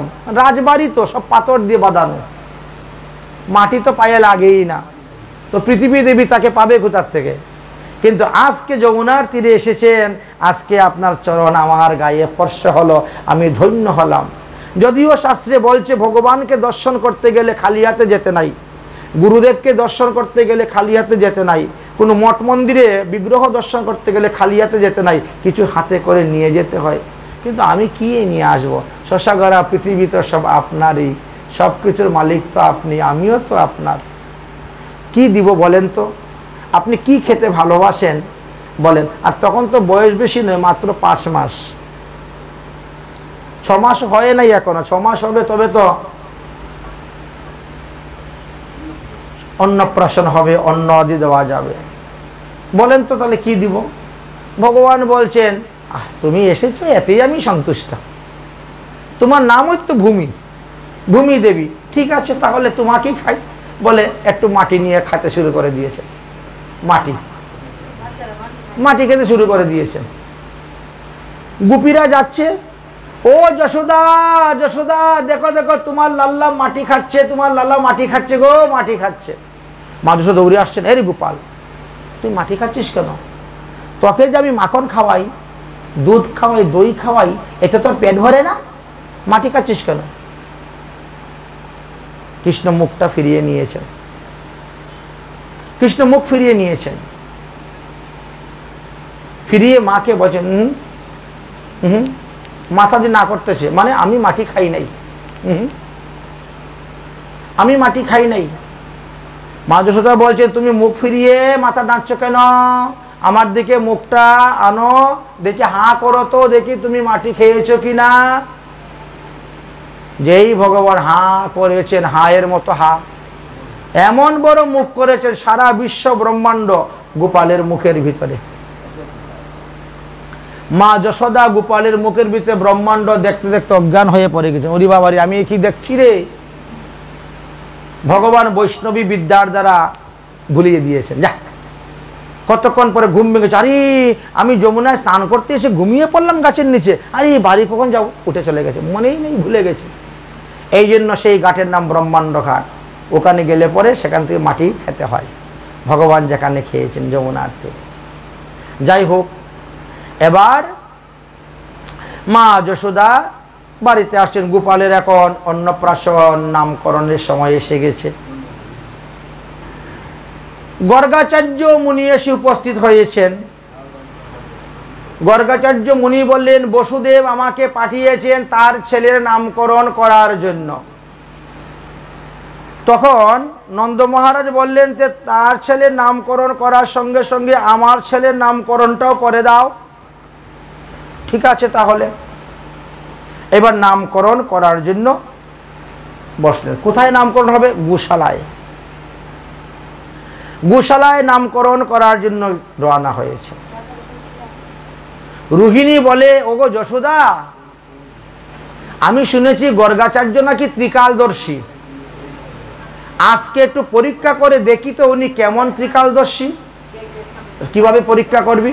বলে তোর ছেলে আমার কুলে দে, আমার ছেলে তোর কুলে নে, কাপড় দিয়ে ঢেকে ভালো করে গিয়ে বসবো, দেখি কেমন করে বলতে পারে কার ছেলে কোনটা, তখন তো বুঝে নেব ত্রিকালদর্শী কিনা। যশোদা গিয়ে উপস্থিত হয়েছেন। মহারাজ আপনি আমার ছেলের নামকরণটা আগে করে দেন, আমি চলে যাই, লোকে দেখলে পরে সমস্যা আছে। বস। ধ্যানে বসছেন। যশোদা অয়ং হি রোহিণী পুত্র বলরাম সরিদ্বৈব্য। একই দেবী, তোমার কুলে রোহিণী ছেলে কেন? তোমার ছেলে নিয়ে তুমি বসবে? দাদা তুমি রোহিণী ছেলে নিয়ে বসলে কেন? সর্বনাশ, ঠিকই তো ত্রিকালদর্শী, ধরা পড়ে গেছে। আচ্ছা ঠিক আছে, বসছ যখন বসছ, তোমার এই ছেলের নাম এটা রোহিণী নন্দন, তার নাম বলরাম। সবাইকে ভালোবাসা দিয়ে এক করে রাখবে, তার এই যে তার নাম সংকর্ষণ, আকর্ষণ করে সবাইকে রাখবে। এবার তোমার ছেলের নাম দেখি। ধ্যানের মধ্যে বসলেন। ওহো, তোমার ছেলে তো পৃথিবীতে বহুবার এসে জন্মগ্রহণ করেছে গো, কখনো শুক্লবর্ণ, কখনো রক্তবর্ণ, কখনো পীতবর্ণ, আর এইবার সে কালো বর্ণ নিয়ে এসেছে, তাই তার নাম রাখলাম কৃষ্ণ। এই দেখেন নামকরণ হয়ে গেল, তার নাম কৃষ্ণ রাখলাম। মহারাজ আপনি নাকি কুষ্টি বিচার করতে পারেন, তো আমার ছেলে কুষ্টিটা তো লিখে দিয়ে যান না। ঠিক আছে, কুষ্টি বিচার করলেন, সর্বসুমঙ্গল সর্বসুমঙ্গল, ভালো ভালো, একটা জায়গায় একটু কালে খারাপ আছে। আচ্ছা, কোনো মা যদি শুনে তার ছেলের একটা জায়গায় খারাপ আছে, তাহলে তার মনটা কেউ কি কি খারাপ বলে আর বলো না, ওর সপ্তমে রাহু বসে আছে। ভগবান শ্রীকৃষ্ণের পর্যন্ত সপ্তম গৃহেতে রাহু বসেছিল। ভগবান শ্রীকৃষ্ণকে পর্যন্ত শনির দশায় পেয়েছিল। শনিয়ে লারে চারে, রাহুয়ে ঘুরাইয়া মারে, একটা কথা আছে, প্রবাদ বাক্য আছে, যার ফলে ভগবানকেও মথুরা ত্যাগ করে চলে যেতে হয়েছিল দ্বারকায়।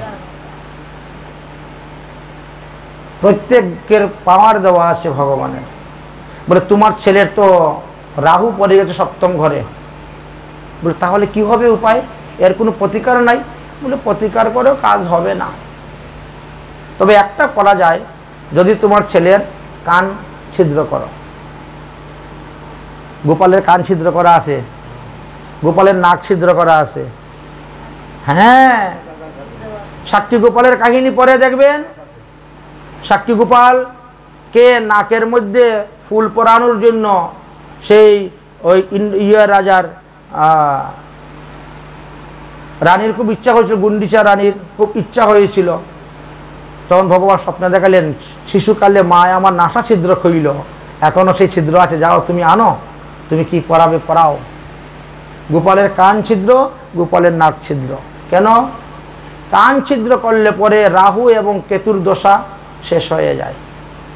কিন্তু কান ছিদ্রের দিন, তারিখ, তিথি, নক্ষত্র আছে।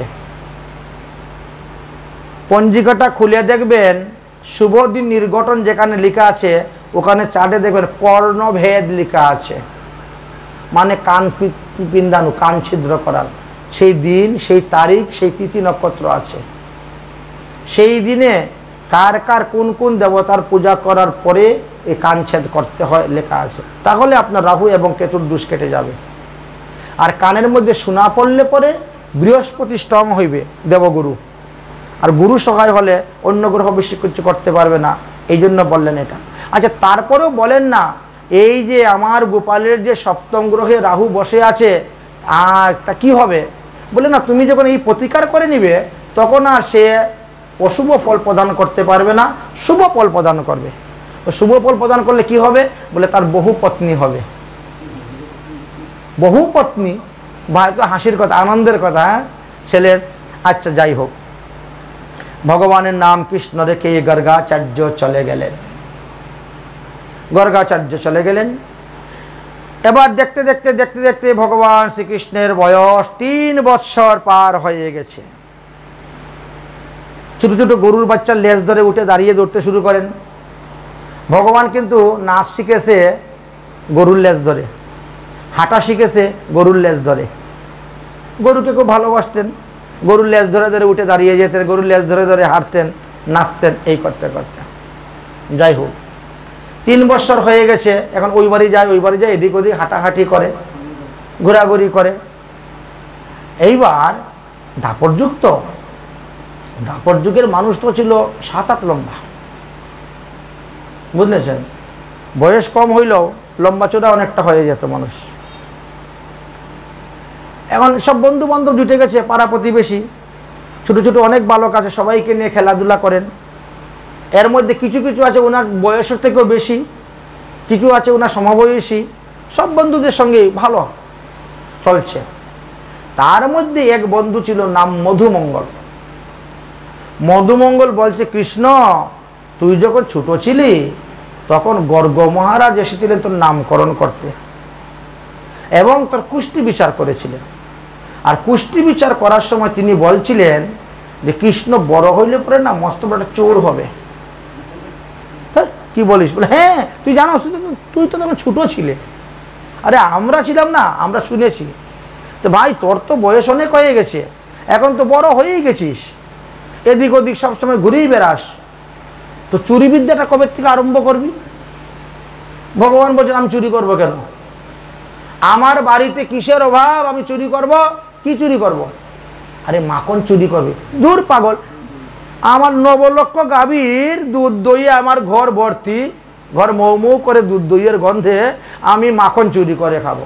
আরে দূর, তুই জানিস না রে বন্ধু, চুরি করে খাওয়ার স্বাদই আলাদা। তাই না কি বলে? হ্যাঁ, তোর বিশ্বাস হয় না?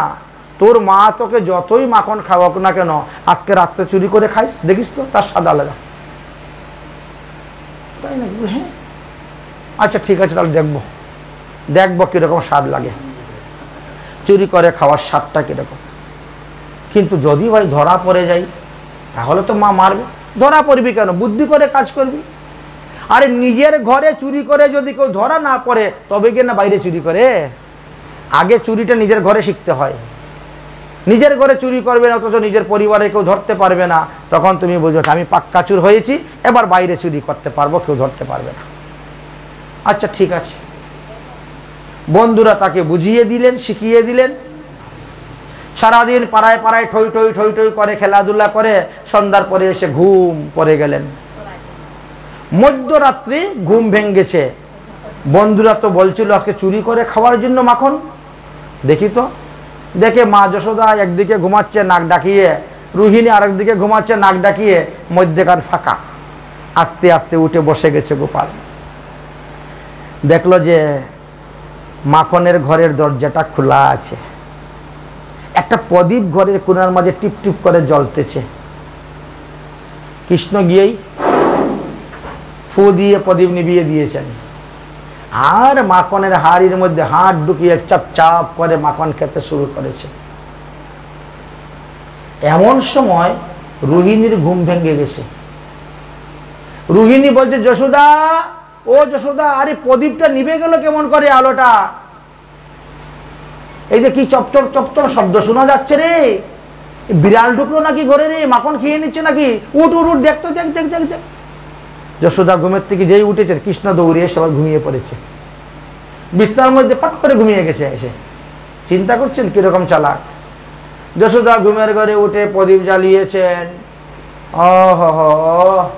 মাখনের ঘরে দরজা বন্ধ করতে ভুলে গেছিলাম গো, দেখো এক হাড়ি মাখন নষ্ট করে দিয়েছে, চতুর্দিকে মাখন পড়েছে। কাল সকালে ফেলে দিব, পরিষ্কার করব। এসে আবার ঘুমিয়ে পড়েছে। ভোরবেলা হতে না হতে দাসীরা এসে গেছে, রানী রানী দরজা খোলো, দরজা খোলো, দুধ নিয়ে এসেছি, দই নিয়ে যেতে হবে, বাজারে ঘুল বিক্রি করতে হবে। তাড়াতাড়ি উঠে চলে গেছেন। গোপালের আর মুখের দিকে তাকাবার সময় নেই। রোহিণী একটু বেলা করে ঘুমের থেকে উঠেন। রুকিনী এখন ঘুমের থেকে উঠে দেখেন গোপালের মুখের মধ্যে মাখনে লেগে আছে। ব্যাপারটা কি? তাহলে তো কালকে রাত্রে গোপাল মাখন খেয়েছে, বিড়ালে খায় নাই।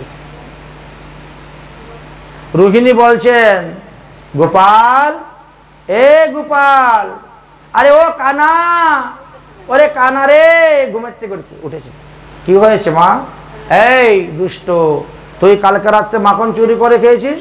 না না মা, মেনে হি মাখন খায়া, মেনে হি মাখন খায়া, আমি মাখন খেয়েছি। আবার না না, আমি মাখন খাই নাই।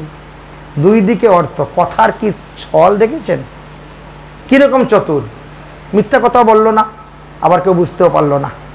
মেনে হি মাখন খায়া, মেনে হি মাখন খায়া, মেনে হি মাখন খায়া। চিন্তা করছি, তাহলে তোর হাতের মধ্যে মাখন কেন, তোর মুখের মধ্যে মাখন কেন? ও সেই কথা, শুনো শুনো শুনো শুনো। বলে কি শুনবো?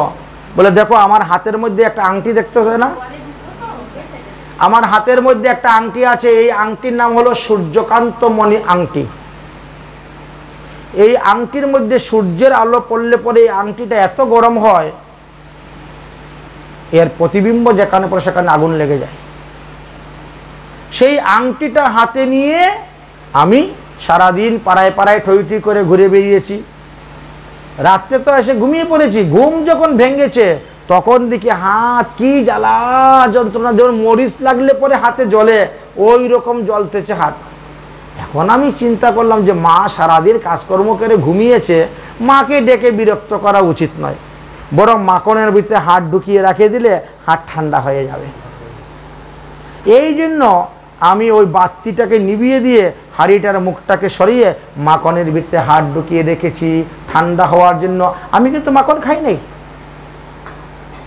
কিন্তু হাঁড়ির ঢাকন সরাতে গিয়ে টক করে শব্দ হয়েছে, আর অমনি তোমার ঘুম ভেঙে গেছে। তুমি তখন মাকে ডাকছো, প্রদীপ জ্বালা, বিড়াল মনে ঢুকেছে, মাখন খেয়ে নিচ্ছে।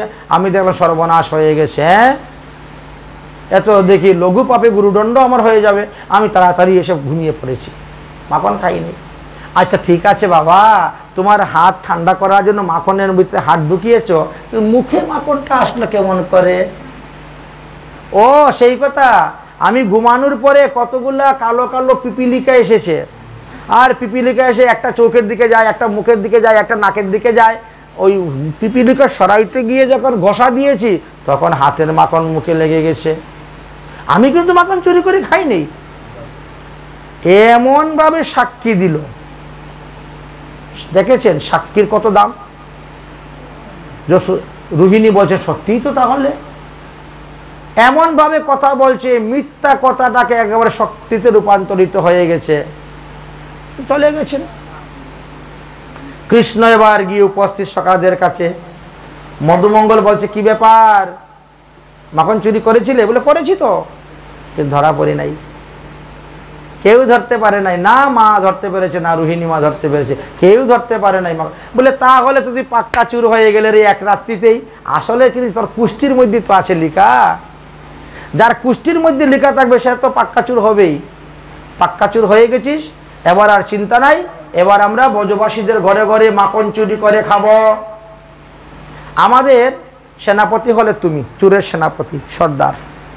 কৃষ্ণকে বানাইলেন চুরের সর্দার, সেনাপতি, মাখন চুরের সর্দার। মাখন চুরি করে আনবো আর সবাই মিলে বসে ভাগ করে খাবো। আচ্ছা ঠিক আছে। এখন ব্রজগোপীদের ঘরে ঘরে যান মাখন চুরি করে খাওয়ার জন্য, ব্রজগোপীদের ঘরে ঘরে মাখন চুরি করতে খাওয়ার জন্য যান। গোপীরা এসে বিচার দেয়, মা যশোদা বিশ্বাস করেন না। তো মা যশোদা যখন বিশ্বাস করেন না, তুমি কিভাবে বিশ্বাস করবে? বলে হাতে নাতে যেদিন গোপালকে ধরে এনে দিতে পারবে সেই দিন আমি বিশ্বাস করব। আচ্ছা আচ্ছা, সেই দিন বিশ্বাস করো, ঠিক আছে। গোপীরা চিন্তা করছে তাহলে কৃষ্ণকে ধরবো কেমন করে? এক কাম করো, ঘরের দরজা জানালা খুলে রেখে দিবা, মাখন ছিকার উপরে দিবা বসিয়ে, আর ঘরের ভিতরে লুকিয়ে থাকবা। গোপাল যখন এসে চিকা ধরে উঠবে মাখন খেতে, এমন সব ঠাস করে দরজা বন্ধ করে দাও, ধরা পড়ে গেল। আর এইভাবে ধরে নিয়ে যাব। ভগবান শ্রীকৃষ্ণকে ধরার জন্য এই চিন্তা নিয়ে এরা রওনা তৈরি হচ্ছে। ভগবান শ্রীকৃষ্ণ তখন তো মাত্র 3 বছর পারিয়ে 4 পা দিয়েছেন। 4 বছরের বালক, তিনি সব বালকদেরকে নিয়ে মাখন চুরি করতে গিয়েছেন। যেই গোপীর ঘরে ঢুকেছেন এমনি গোপী বন্ধ করেছে দরজা। কৃষ্ণ এক দৌড়ে লাফ দিয়ে জানালা দিয়ে পালিয়ে দৌড়, জানালা দিয়ে পালিয়ে হুর হুর করে দৌড়তে শুরু করেছে। আর গোপী বলছে ধরো ধরো, পাকড়ো পাকড়ো। ওরে পাকড়ো পাকড়ো দৌড়ে দৌড়ে কানা ভাগে যায়, পাকড়ো পাকড়ো দৌড়ে দৌড়ে কানা भागे जाए, कभी कदम पे कभी डाली पे हाथ ना की आए। गोकुल की गलियों में मच गई शोर, गोकुल की गलियों में मच गई शोर। माखन खा गए जो माखन चोर, नट खट नंद किशोर। नट खट नंद किशोर। माखन खा गए जो माखन चोर, नट खट नंद किशोर। नट खट नंद किशोर। माखन खा गए जो माखन चोर, माखन खा गए जो माखन चोर, माखन खा गए जो माखन चोर। अरे पकड़ो, ओरे पकड़ो पकड़ो दौड़े दौड़े काना भागे जाए, पकड़ो पकड़ो दौड़े दौड़े काना भागे जाए। कभी कदम पे कभी डाली पे हाथ ना ही आए। गोकुल की गलियों में मच गई शोर, गोकुल की गलियों में मच गई शोर। माखन खा गए जो माखन चोर, माखन खा गए जो माखन चोर, माखन खा गए जो माखन चोर, माखन खा गए जो माखन चोर।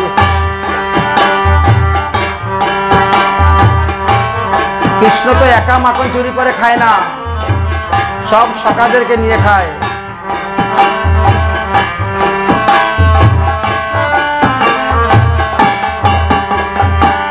संग में सकाओ को ढूली खारी माखन चुराने का आदत करी। प्रतिदिन माखन चुरी करे खाए, एक दिन नय।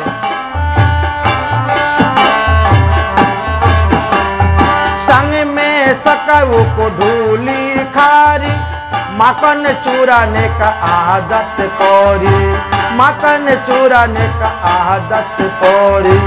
ऊंची मटकी माखन धारी, ऊंची मटकी में माखन धारी, आंग में माखन बिगड़ी पड़ी। हाथ ना की आए झपट की खाए, घट घट घट घट माखन घटाए। और ही रोज की इनका काम, माखन खा गए जो माखन चोर। नटखट नटखट नंद किशोर, नटखट नटखट नंद किशोर। माखन खा गए जो माखन चोर, माखन खा गए जो माखन चोर, माखन खा गए जो माखन चोर। बोलो माखन चोर भगवान की। এত চালাক কৃষ্ণ কেউ ধরতে পারতেছেন না। গ্রামের সব মহিলারা বসে একটা মিটিং করলেন, দেখো আমাদেরকে সচেতন হতে হবে, আমাদেরকে জাগতে হবে, নিদ্রা থাকলে হবে না। আমাদের মধ্যে যে কৃষ্ণকে হাতে নাতে ধরে নিয়ে মা যশোদার কাছে দিতে পারবে তাকে আমরা মহিলা সমিতির সভাপতি বানাবো। প্রভাবতী তখন হাত তুললেন, প্রভাবতী বলছেন আমি পারবো কৃষ্ণকে ধরতে। বলে আগে ধরো, ধরে নিয়ে দেখাও, তারপরে তোমাকে আমরা মহিলা সমিতির সভাপতি বানাবো। এইবার কি করেছে উনি সুন্দর করে মাখনকে সাজিয়ে রেখেছে, মাখনের উপরে আবার কেশর দিয়েছে, দরজা জানালা খুলে চুপচাপ বসে আছে এমন ভাবে যে এই ঘরের গুপি মনে হয় কাজ করতে বাইরে চলে গেছে, জল টল আনতে তো যেতে হয়, বা গরু টরু ডিগরা দিতে যেতে হয়। কৃষ্ণ গিয়ে ঢুকেছে, ঢুকে মাখন হাতে নিচে ঠপ করে দরজা বন্ধ করে ফুস মাখন কৃষ্ণকে আগে ধরে ফেলছে। অন্য বালককে ধরা দরকার নাই তো, অন্যরা যেদিকে পারে লাফিয়ে যাক, কৃষ্ণকে আগে ধরতে হবে। কৃষ্ণকে তো ধরে ফেলেছে প্রভাবতী। এইবার চলো তোমাকে নিয়ে মা যশোদার কাছে দিব, তবেই মা যশোদা বিশ্বাস করবে। পদ পাওয়ার দেখেন কি শখ। আর বজগুপি তো রাস্তা দিয়ে যাবে, পরপুরুষে মুখ দেখাবে না, লম্বা করে এক হাত লম্বা ঘুমটা দিয়ে আর গোপালকে হাত ধরে টেনে টেনে নিয়ে রওনা হয়েছে। মধুমঙ্গল চিন্তা করলো সর্বনাশ হয়ে গেছে রে, আজ কি করা যায়। ওই প্রভাবতীর দেবরের কাছে গিয়েছে, এই শুন তোর বৌদি তো তোরে মাখন খেতে দেয় না, সব মাখন মথুরায় বাজার বিক্রি করে, তুই যদি আজকে আমার কথা মতো চলিস আমরা যতদিন মাখন চুরি করব, যত মাখন চুরি করবো অর্ধেক মাখন তোকে খেতে দিব। ঠিক আছে বল কি করবো? বলে আমার সঙ্গে আয়, একটা কথাও বলবি না, আমার ইশারায় কাজ করবি, চল তোর বৌদির কাছে যাব। ওই গুপির দেবরকে নিয়ে এসেছে এই মধুমঙ্গল। গুপি সামনে সামনে যাচ্ছে আর মধুমঙ্গল পিছনে। ও গুপি, তোমার হৃদয়টা কি ভগবান পাষাণ দিয়ে বানিয়েছে নাকি? একটু দয়া মায়া নাই? আমার সকার ডাইন হাতটা ধরে তোমার ঘর থেকে টেনে টেনে নিয়ে যাচ্ছ মা যশোদার কাছে, ওর কি হাতে ব্যথা করে না? কোমল হাত। আরে ডাইন হাতটা ছেড়ে দিবে, আমারটা ধরো, তাও তো একটু আরাম পায়। ঠিক আছে চুরি করেছে, দুষ করেছে, তাকে তো নিয়ে যাবেই তুমি, তো তাই বলে কি এক হাত ধরে টানবে? এক হাত ছেড়ে দিয়ে আরেক হাত ধরে টানো। গুপি বলছে দে ডাইন, কৃষ্ণ দে দে তোর বাম হাতটা দে। যেই বলছে বাম হাত দে, ওই তার গুপির দেওয়ারের বাম হাত ধরাই দিয়েছে।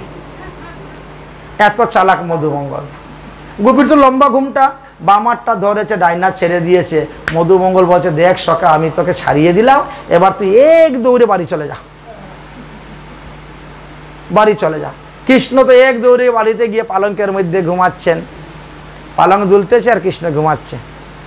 গুপি তো দেখে নাই, লম্বা এক হাত লম্বা ঘুমটা দিয়ে টেনে টেনে এসে গেছে। যশোদা ও যশোদা, আরে দরজা খুলো, দেখো দেখো দেখো কাকে ধরে এনেছি, তোমাকে যে প্রতিদিন বিচার দিই তুমি বিশ্বাস করো না, আজ দেখো তোমার ছেলে আমার বাড়ি মাখন চুরি করতে গিয়েছিল, হাতে নাতে ধরে এনেছি। মা যশোদা যেই ঘর থেকে বেরোবেন দেখেন বারিন্দার মধ্যে গোপাল ঘুমাচ্ছে। মা যশোদা মুখে কাপড় দিয়েছে, হাসি এসে গেছে। আমার ছেলে ঘুমাচ্ছে, বলছে আমার ছেলেকে মাখন চুরি করে ধরে নিয়ে এসছে। মা যশোদা বলছেন, ওরে বাবরি, এইখানে কোনো পরপুরুষ নাই, একবার ঘুমটাটা খুলে দে, কাকে ধরে এনেছিস। যেই ঘুমটা খুলেছে দেখে নিজের দেবরকে ধরে নিয়ে চলে এসেছে। হায় হায় রে, লজ্জায় আর কোনো কথা নাই, চুপচাপ দৌড়। এইভাবে ভগবান লীলা করতেন। যে ঘরে মাখন পেতেন না সেই ঘরে গরুর বাছুর খুলে দিতেন, যা সব দুধ তুই খেয়ে নে, কেউ খেতে পারবে না। যে ঘরে মাখন পেতেন না বালকদেরকে চিমটি মেরে কাঁদিয়ে দিয়ে চলে আসতেন, বাস ঘরের কাজ আর কেউ করতে পারবেন না। কোনো ঘরে মাখনের হাড়ি ভেঙে দিয়ে চলে আসতেন, কোনো ঘরে পায়খানা করে দিয়ে চলে আসতেন, প্রস্রাব করে দিয়ে চলে আসতেন, তোর ঘরে মাখন নাই যখন, যা, এরকম ভাবে করতেন। গোপাল চম্পু নামক গ্রন্থেতে তার বিস্তারিত বর্ণনা আছে। কখনো কখনো কৃষ্ণ মাখন চুরি করতে আর বউ শাশুড়ির মধ্যে ঝগড়া লাগিয়ে দিত, এরকমও করতেন, বুঝেছেন। এক গুপির শাশুড়ি ছিল অন্ধ, তো গুপি বলছে, ওগো শাশুড়ি মা, আমি যাচ্ছি জল আনতে, তুমি বারিন্দার মধ্যে বসো, লক্ষ্য রাখিও যাতে গোপাল না ঢুকে ঘরে মাখন টাখন না খায়। ঠিক আছে, অন্ধ বুড়ি বসেছে, অন্ধ বুড়ি চোখে দেখে না, বুঝেছেন। যেই গুপি চলে গেছে, কৃষ্ণ আস্তে আস্তে আস্তে আস্তে ঘরে ঢুকে গেছে। ঘরে ঢুকে মাখন খেয়ে আর যাওয়ার সময় ওই বুড়ির মুখের মধ্যে মাখন লাগিয়ে দিয়ে চলে গেছে। এখন বৌমা যখন জল নিয়ে আসছে, এসে থেকে শাশুড়ির মুখে মাখন, এই তো শুরু হয়ে গেল ঝগড়া। হ্যাঁ, তুমি মাখন চুরি করে খাও আর বলো গোপালে চুরি করে খেয়েছে, এইরকম ভাবে ঝগড়া শুরু হতো। কিন্তু মা যশোদা মনে মনে চিন্তা করলেন, আমার ছেলে নিশ্চয়ই মাখন চুরি করে খায়, না হলে মানুষকে বলবে কেন। কিন্তু আমার ছেলে কেন মাখন চুরি খাবে আমার ঘরে এত দধি দুগ্ধ থাকতে? মনে হচ্ছে আমাদের ঘরের মাখন স্বাদ হয় না, সুস্বাদ হয় না, এই জন্য পরের ঘরে খায়। আজকে আমি নতুন হাঁড়ি আনবো, নিজের হাতে দুগ্ধস্করণ করব, দধি বসাইয়া মাখন তৈরি করে ছেলেকে খাওয়াবো। সেইভাবে সব ব্যবস্থা করলেন। পরের দিন সকালে দধি মন্থন করতেছেন, গোপাল গিয়ে উপস্থিত, ও মা, আমার ক্ষুধা লেগেছে, খেতে দাও। এখানে আসো বাবা নীলমণি। গোপালকে কুলে বসিয়ে খাওয়াচ্ছেন, আর এদিকে দুধ জাল হচ্ছে চুলার মধ্যে, দুধ উতলে পড়ে যাচ্ছে। তাড়াতাড়ি গোপালকে ডেকে দৌড়ে গিয়েছেন দুধ সামলাতে। গোপালের রাগ হয়ে গেছে, আমার পিপাসা নিবারণ হয় নাই, আমার পেট ভরে নাই, আর আমাকে ফেলে চলে গেল দুধ রক্ষা করে, আমার থেকে দুধটা তার বড় হয়ে গেল। আমি আজকে আর দুধ খাবোই না বলে একটা লাঠিতে দিয়েছে বাড়ি, মাটির হারিয়ে গেছে কি ভেঙ্গে। যদিও 2 পয়সার মাটির হাড়ি, তথাপিও কৃষ্ণের মনে ভয়, ওরে বাবা, মাটির হাড়ি ভেঙ্গে দিয়েছি, দধির হাড়ি ভেঙ্গে দিয়েছি, মা দেখলে পরে তো মারবে, বকবে, আমি এখান থেকে পালাই। কৃষ্ণ পালিয়ে গেলেন। কৃষ্ণ পালিয়ে যখন যাচ্ছেন তখন দেখেন বানররা পেটের ক্ষুধায় চিউ চিউ কেউ কেউ করতেছে। আরে, এই বানরের সহায়তায় নিয়ে আমি সীতা উদ্ধার করেছিলাম, কিন্তু তখন আমি বনবাসী রাম ছিলাম, তাদেরই কিছু খেতে দেই নাই। আজকে তাদেরকে মাখন খেতে দিব, আমার ঘরে প্রচুর মাখন আছে। মা তো এদিকে কাজে ব্যস্ত আছে, এই সুযোগে আমি তাদের মাখন খেতে দিব। একটা উখলের উপরে উঠে বসেছেন আর জানালা দিয়ে বান্দরদেরকে মাখন দিচ্ছেন, লাড্ডু বানিয়ে বানিয়ে, নে খা, নে খা দিচ্ছেন। বানরেরা খাচ্ছে।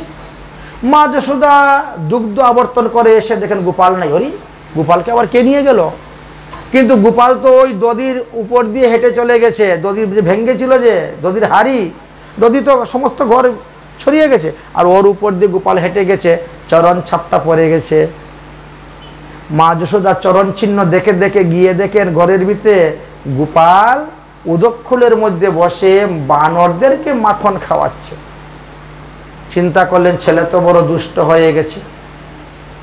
5 বৎসর পালয়ের 10 বৎসর তার অয়েত, এবার তাকে তাড়না দিতে হবে, শাস্তি দিতে হবে, ধরতে হবে। এই জন্য লাঠি একটা হাতে নিয়েছেন গোপালকে শাসন করার জন্য। লাঠি হাতে নিয়ে আস্তে আস্তে যাচ্ছেন। বানরেরা যখন দেখছে মা যশোদা আসছে লাঠি হাতে নিয়ে, এমনি দিয়েছে দৌড়। কৃষ্ণ বাবাকে দৌড়তেছে কেন চাইয়ে দেখে মা যশোদা, এমনি তিনিও দিয়েছেন দৌড়। মা যশোদা বলছে এখনই তোকে ধরলাম রে চৌরবর, তুই পালিয়ে যাবে কোথায়? এই তোকে ধরলাম। কৃষ্ণ চিন্তা করছে যদি একবার ধরতে পারি, এত বড় লাঠি দিয়ে একগা দিলে আমার কাজ ঠিক হয়ে যাবে, সর্বনাশ, আমি এখন পালাই। কিন্তু পালিয়ে যাবে কোথায়?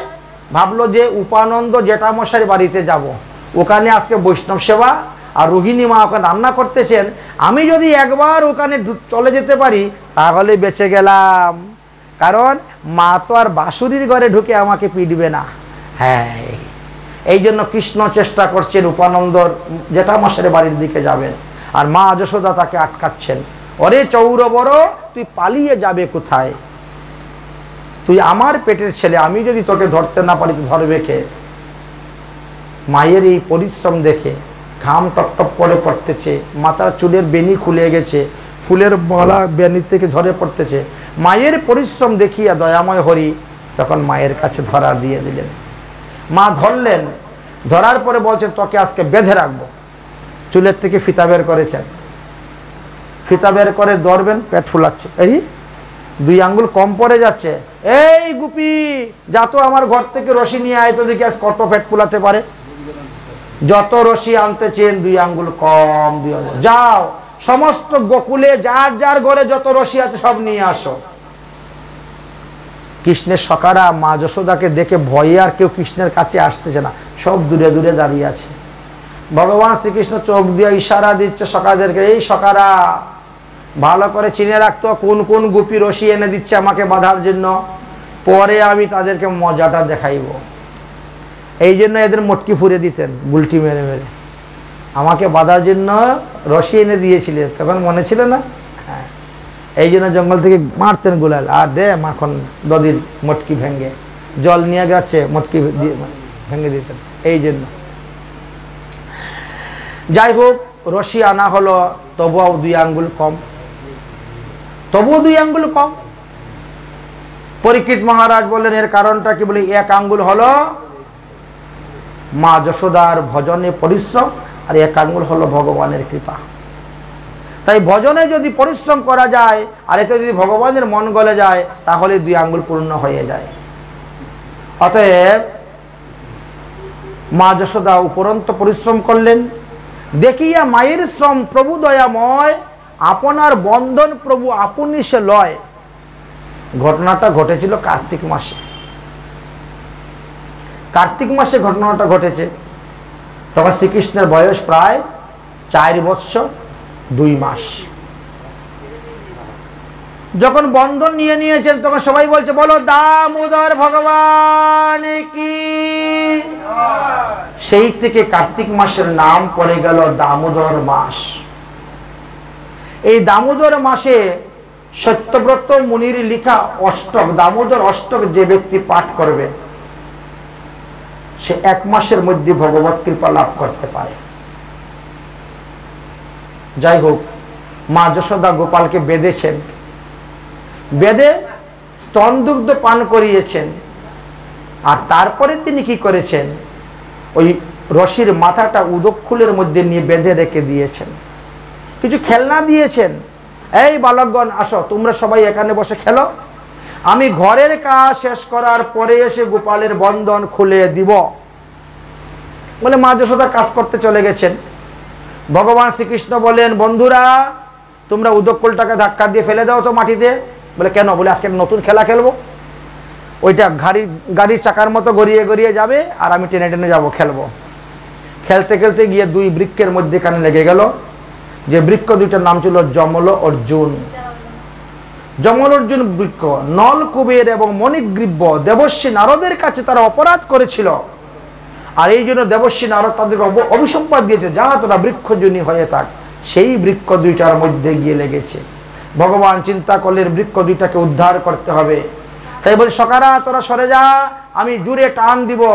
যেই জুড়ে টান দিয়েছেন বৃক্ষ দুটো উৎপাটন হয়ে পড়ে গেছে, আর সবাই দৌড়ে পালিয়েছেন। ওরে বাবারে, কত বড় বৃক্ষ পড়ে গেছে রে, ঝড় নাই, তুফান নাই, মেঘ নাই, বৃষ্টি নাই, কি হলো কি হলো, পড়ে গেছেন। এদিকে কি হয়েছে, বৃক্ষ দুইটা থেকে দুজন পুরুষ প্রকট হয়েছেন, নলকুবর মণিগ্রীব। প্রকট হয়ে তারা দণ্ডবত প্রণাম করলেন, ভগবানকে স্তুতি করছেন। ভগবান বলছেন, আমাকে তো দণ্ডবত প্রণাম করতে হবে না, স্তুতি করতে হবে না, যা যা যা যা, তোরা এখান থেকে তাড়াতাড়ি পালিয়ে যা, তাড়াতাড়ি পালিয়ে যা। যদি কেউ দেখতে পারে তাহলে সমস্যা হয়ে যাবে, যা তোরা এখান থেকে পালিয়ে যা। যদি কেউ দেখতে পারে তাহলে সমস্যা হয়ে যাবে, যা এখান থেকে পালিয়ে যা। যেই বলছেন এমনি স্বর্গ থেকে বিমান এসে গেল, আর নলকুবর মণিগ্রীব ভগবানকে দণ্ডবত প্রণাম করে বিমানের মধ্যে বসে ভগবানের গুণগান করতে করতে তারা রওনা হয়েছেন। হে নাথ নারায়ণ হরি, হে নাথ নারায়ণ হরি, জয় গোপাল কৃষ্ণ মুরারি, হে নাথ নারায়ণ হরি, হে নাথ নারায়ণ হরি, জয় গোপাল কৃষ্ণ মুরারি, হে নাথ নারায়ণ হরি,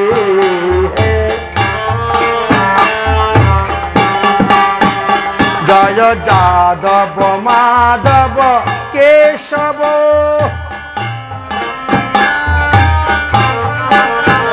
জয় যাদব মাধব কেশব, কৃষ্ণ গোবিন্দ বাসুদেব, কৃষ্ণ গোবিন্দ বাসুদেব, রাধা রমণ গিরিধারী, হে নাথ নারায়ণ হরি, হে নাথ নারায়ণ হরি, হে নাথ নারায়ণ হরি, হে নাথ নারায়ণ হরি।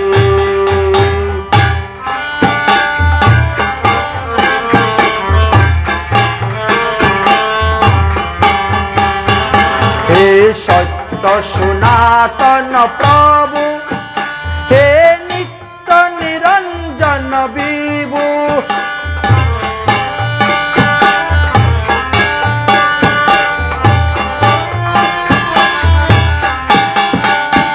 হে সত্য সনাতন প্রভু, হে নিত্য নিরঞ্জন বিভু, দীনবন্ধু দুঃখহারি, হে নাথ নারায়ণ হরি, হে নাথ নারায়ণ হরি, হে নাথ নারায়ণ হরি। চলে গেলেন। মা যশোদা যখন শুনলেন বৃক্ষ দুইটা ভেঙ্গে পড়ে গেছে, তিনি দৌড় দিয়ে, গোপাল রে বলে দৌড় দিয়ে পড়ে গেছেন। কারণ ওই বৃক্ষর নিচেই তো গোপালকে বেঁধেছিলাম, না জানি আমার গোপালের কি হয়েছে, সেই ভয়েতে তিনি বেঁচে গিয়েছেন। যাই হোক, বালকেরা দৌড়ে গিয়েছে, গোশালায় গিয়ে নন্দ বাবাকে বলছে, বাবা বাবা, আজ গোপালকে মা যশোদা বেঁধে রেখেছিলেন গাছের নিচে, আর সেই গাছ দুইটা ভেঙ্গে পড়ে গেছে, না জানি কোন অসুর বা রাক্ষস দৈত্য দানব এসেছিল। দৌড়ে এসেছেন নন্দ বাবা, এসে দেখেন গাছ দুইটা দুই দিকে পড়েছে, মধ্যেখানে গোপাল। তাড়াতাড়ি করে কোমরের বন্ধন খুলে দিয়ে মা যশোদার আসার আগেই গোপালের বন্ধন খুলে দিয়ে নন্দ বাবা গোপালকে কোলে তুলে নিয়েছে। এদিকে জলের ঝাপটা দিয়ে বাতাস দিয়ে যশোদাকে সুস্থ করেছেন। ওগো উঠো উঠো, তোমার গোপালের কিছু হয় নাই, গাছ দুইটা দুই দিকে পড়েছে, তোমার গোপাল ভালো আছে, সুস্থ আছে। মা যশোদা দৌড়ে আসছেন গোপালকে দেখার জন্য। তখন গোপাল কি বলছে, বাবা আমি আর মার কাছে যাব না। কান্না শুরু। ঠিক আছে ঠিক আছে, দরকার নেই যাওয়ার। হ্যাঁ, ওগো নন্দরানী, তোমার কি মাথা খারাপ হয়েছে? আরে 2 পয়সার মাটির হাড়ি ভেঙে দিয়েছে বলে ছেলেকে তুমি বাঁধবে, গাছের সঙ্গে বেঁধে রেখে দিবে, তাকে মারবে লাঠি দিয়ে? এটা হয়? কত হাড়ি তো এমনিও ভেঙে যায়। হ্যাঁ, ঠিক আছে ঠিক আছে গোপাল, তোকে আর মার কাছে যেতে হবে না, চল আমার সঙ্গে চল, আমার কাছে থাকবি। নন্দ বাবা কি করলেন? গোপালকে নিয়ে গোশালায় চলে গেছেন। মা যশোদার মনে এমন একটা দুঃখ উৎপন্ন হলো, আরে আমার পেটের ছেলে বলে কি আমার কাছে আসবে না, আমাকে মা বলে ডাকবে না? ঠিক আছে, আমিও প্রতিজ্ঞা করলাম যতক্ষণ পর্যন্ত আমার গোপাল আমাকে মা বলে ডাকবে না, আমার কোলে আসবে না, ততক্ষণ পর্যন্ত আমি অন্ন জল গ্রহণ করব না। ভক্ত আর ভগবানের লীলা দেখেন। মা যশোদা ঘরে গিয়ে দরজা কপাট মেরে শুয়ে পড়েছেন। ভগবান শ্রীকৃষ্ণচন্দ্র সারাদিন গোশালার মধ্যে ঠই ঠই ঠই ঠই করে ঘুরে বেড়েছেন, খেলাধুলা করেছেন। সন্ধ্যা হতে ঘুমিয়ে পড়েছে গোশালায়। রাত্রে যেই 12টা বেজেছে এমনি গোপালের ঘুম ভেঙে গেছে। গোপাল বলছে, বাবা, ও বাবা, মা কোথায়? বলে, তোর মা তো রাজবাড়িতে, আমি তো গোশালায় ঘুমাচ্ছি, চলো না বাবা মার কাছে যাব। মনটা যেন কেমন কেমন করছে। এই এখন রাত্রে বাজে 12টা, এই জঙ্গলের দিয়ে এখন যাওয়া উচিত হবে না। রাত্রিবেলা ভূত পেরত কত কিছু থাকে, হিংস্র প্রাণী। কাল সকালবেলা তোর মার কাছে নিয়ে যাবো। না বাবা, এখন চলো। শুরু হয়েছে কান্না, বালহট। নন্দ বাবা সেই রাত্রে 12টার সময় মধ্যরাত্রে এসেছেন। যশোদা, যশোদা, দরজা খোলো। যশোদা তো দরজা খুলতেছে না। কৃষ্ণ তখন ডাকছে, মা, অমা, দরজা খুলো মা। আর কি যশোদা রাগ করে থাকতে পারে? এমনি দরজা খুলে দিয়েছেন। যেই দরজা খুলেছেন, মা মা মা মা বলে মাকে গিয়ে জড়িয়ে ধরেছেন। এমনই আনন্দ স্কন্দ আমার শ্রী গোবিন্দ আনন্দ প্রদান করছেন। এইবার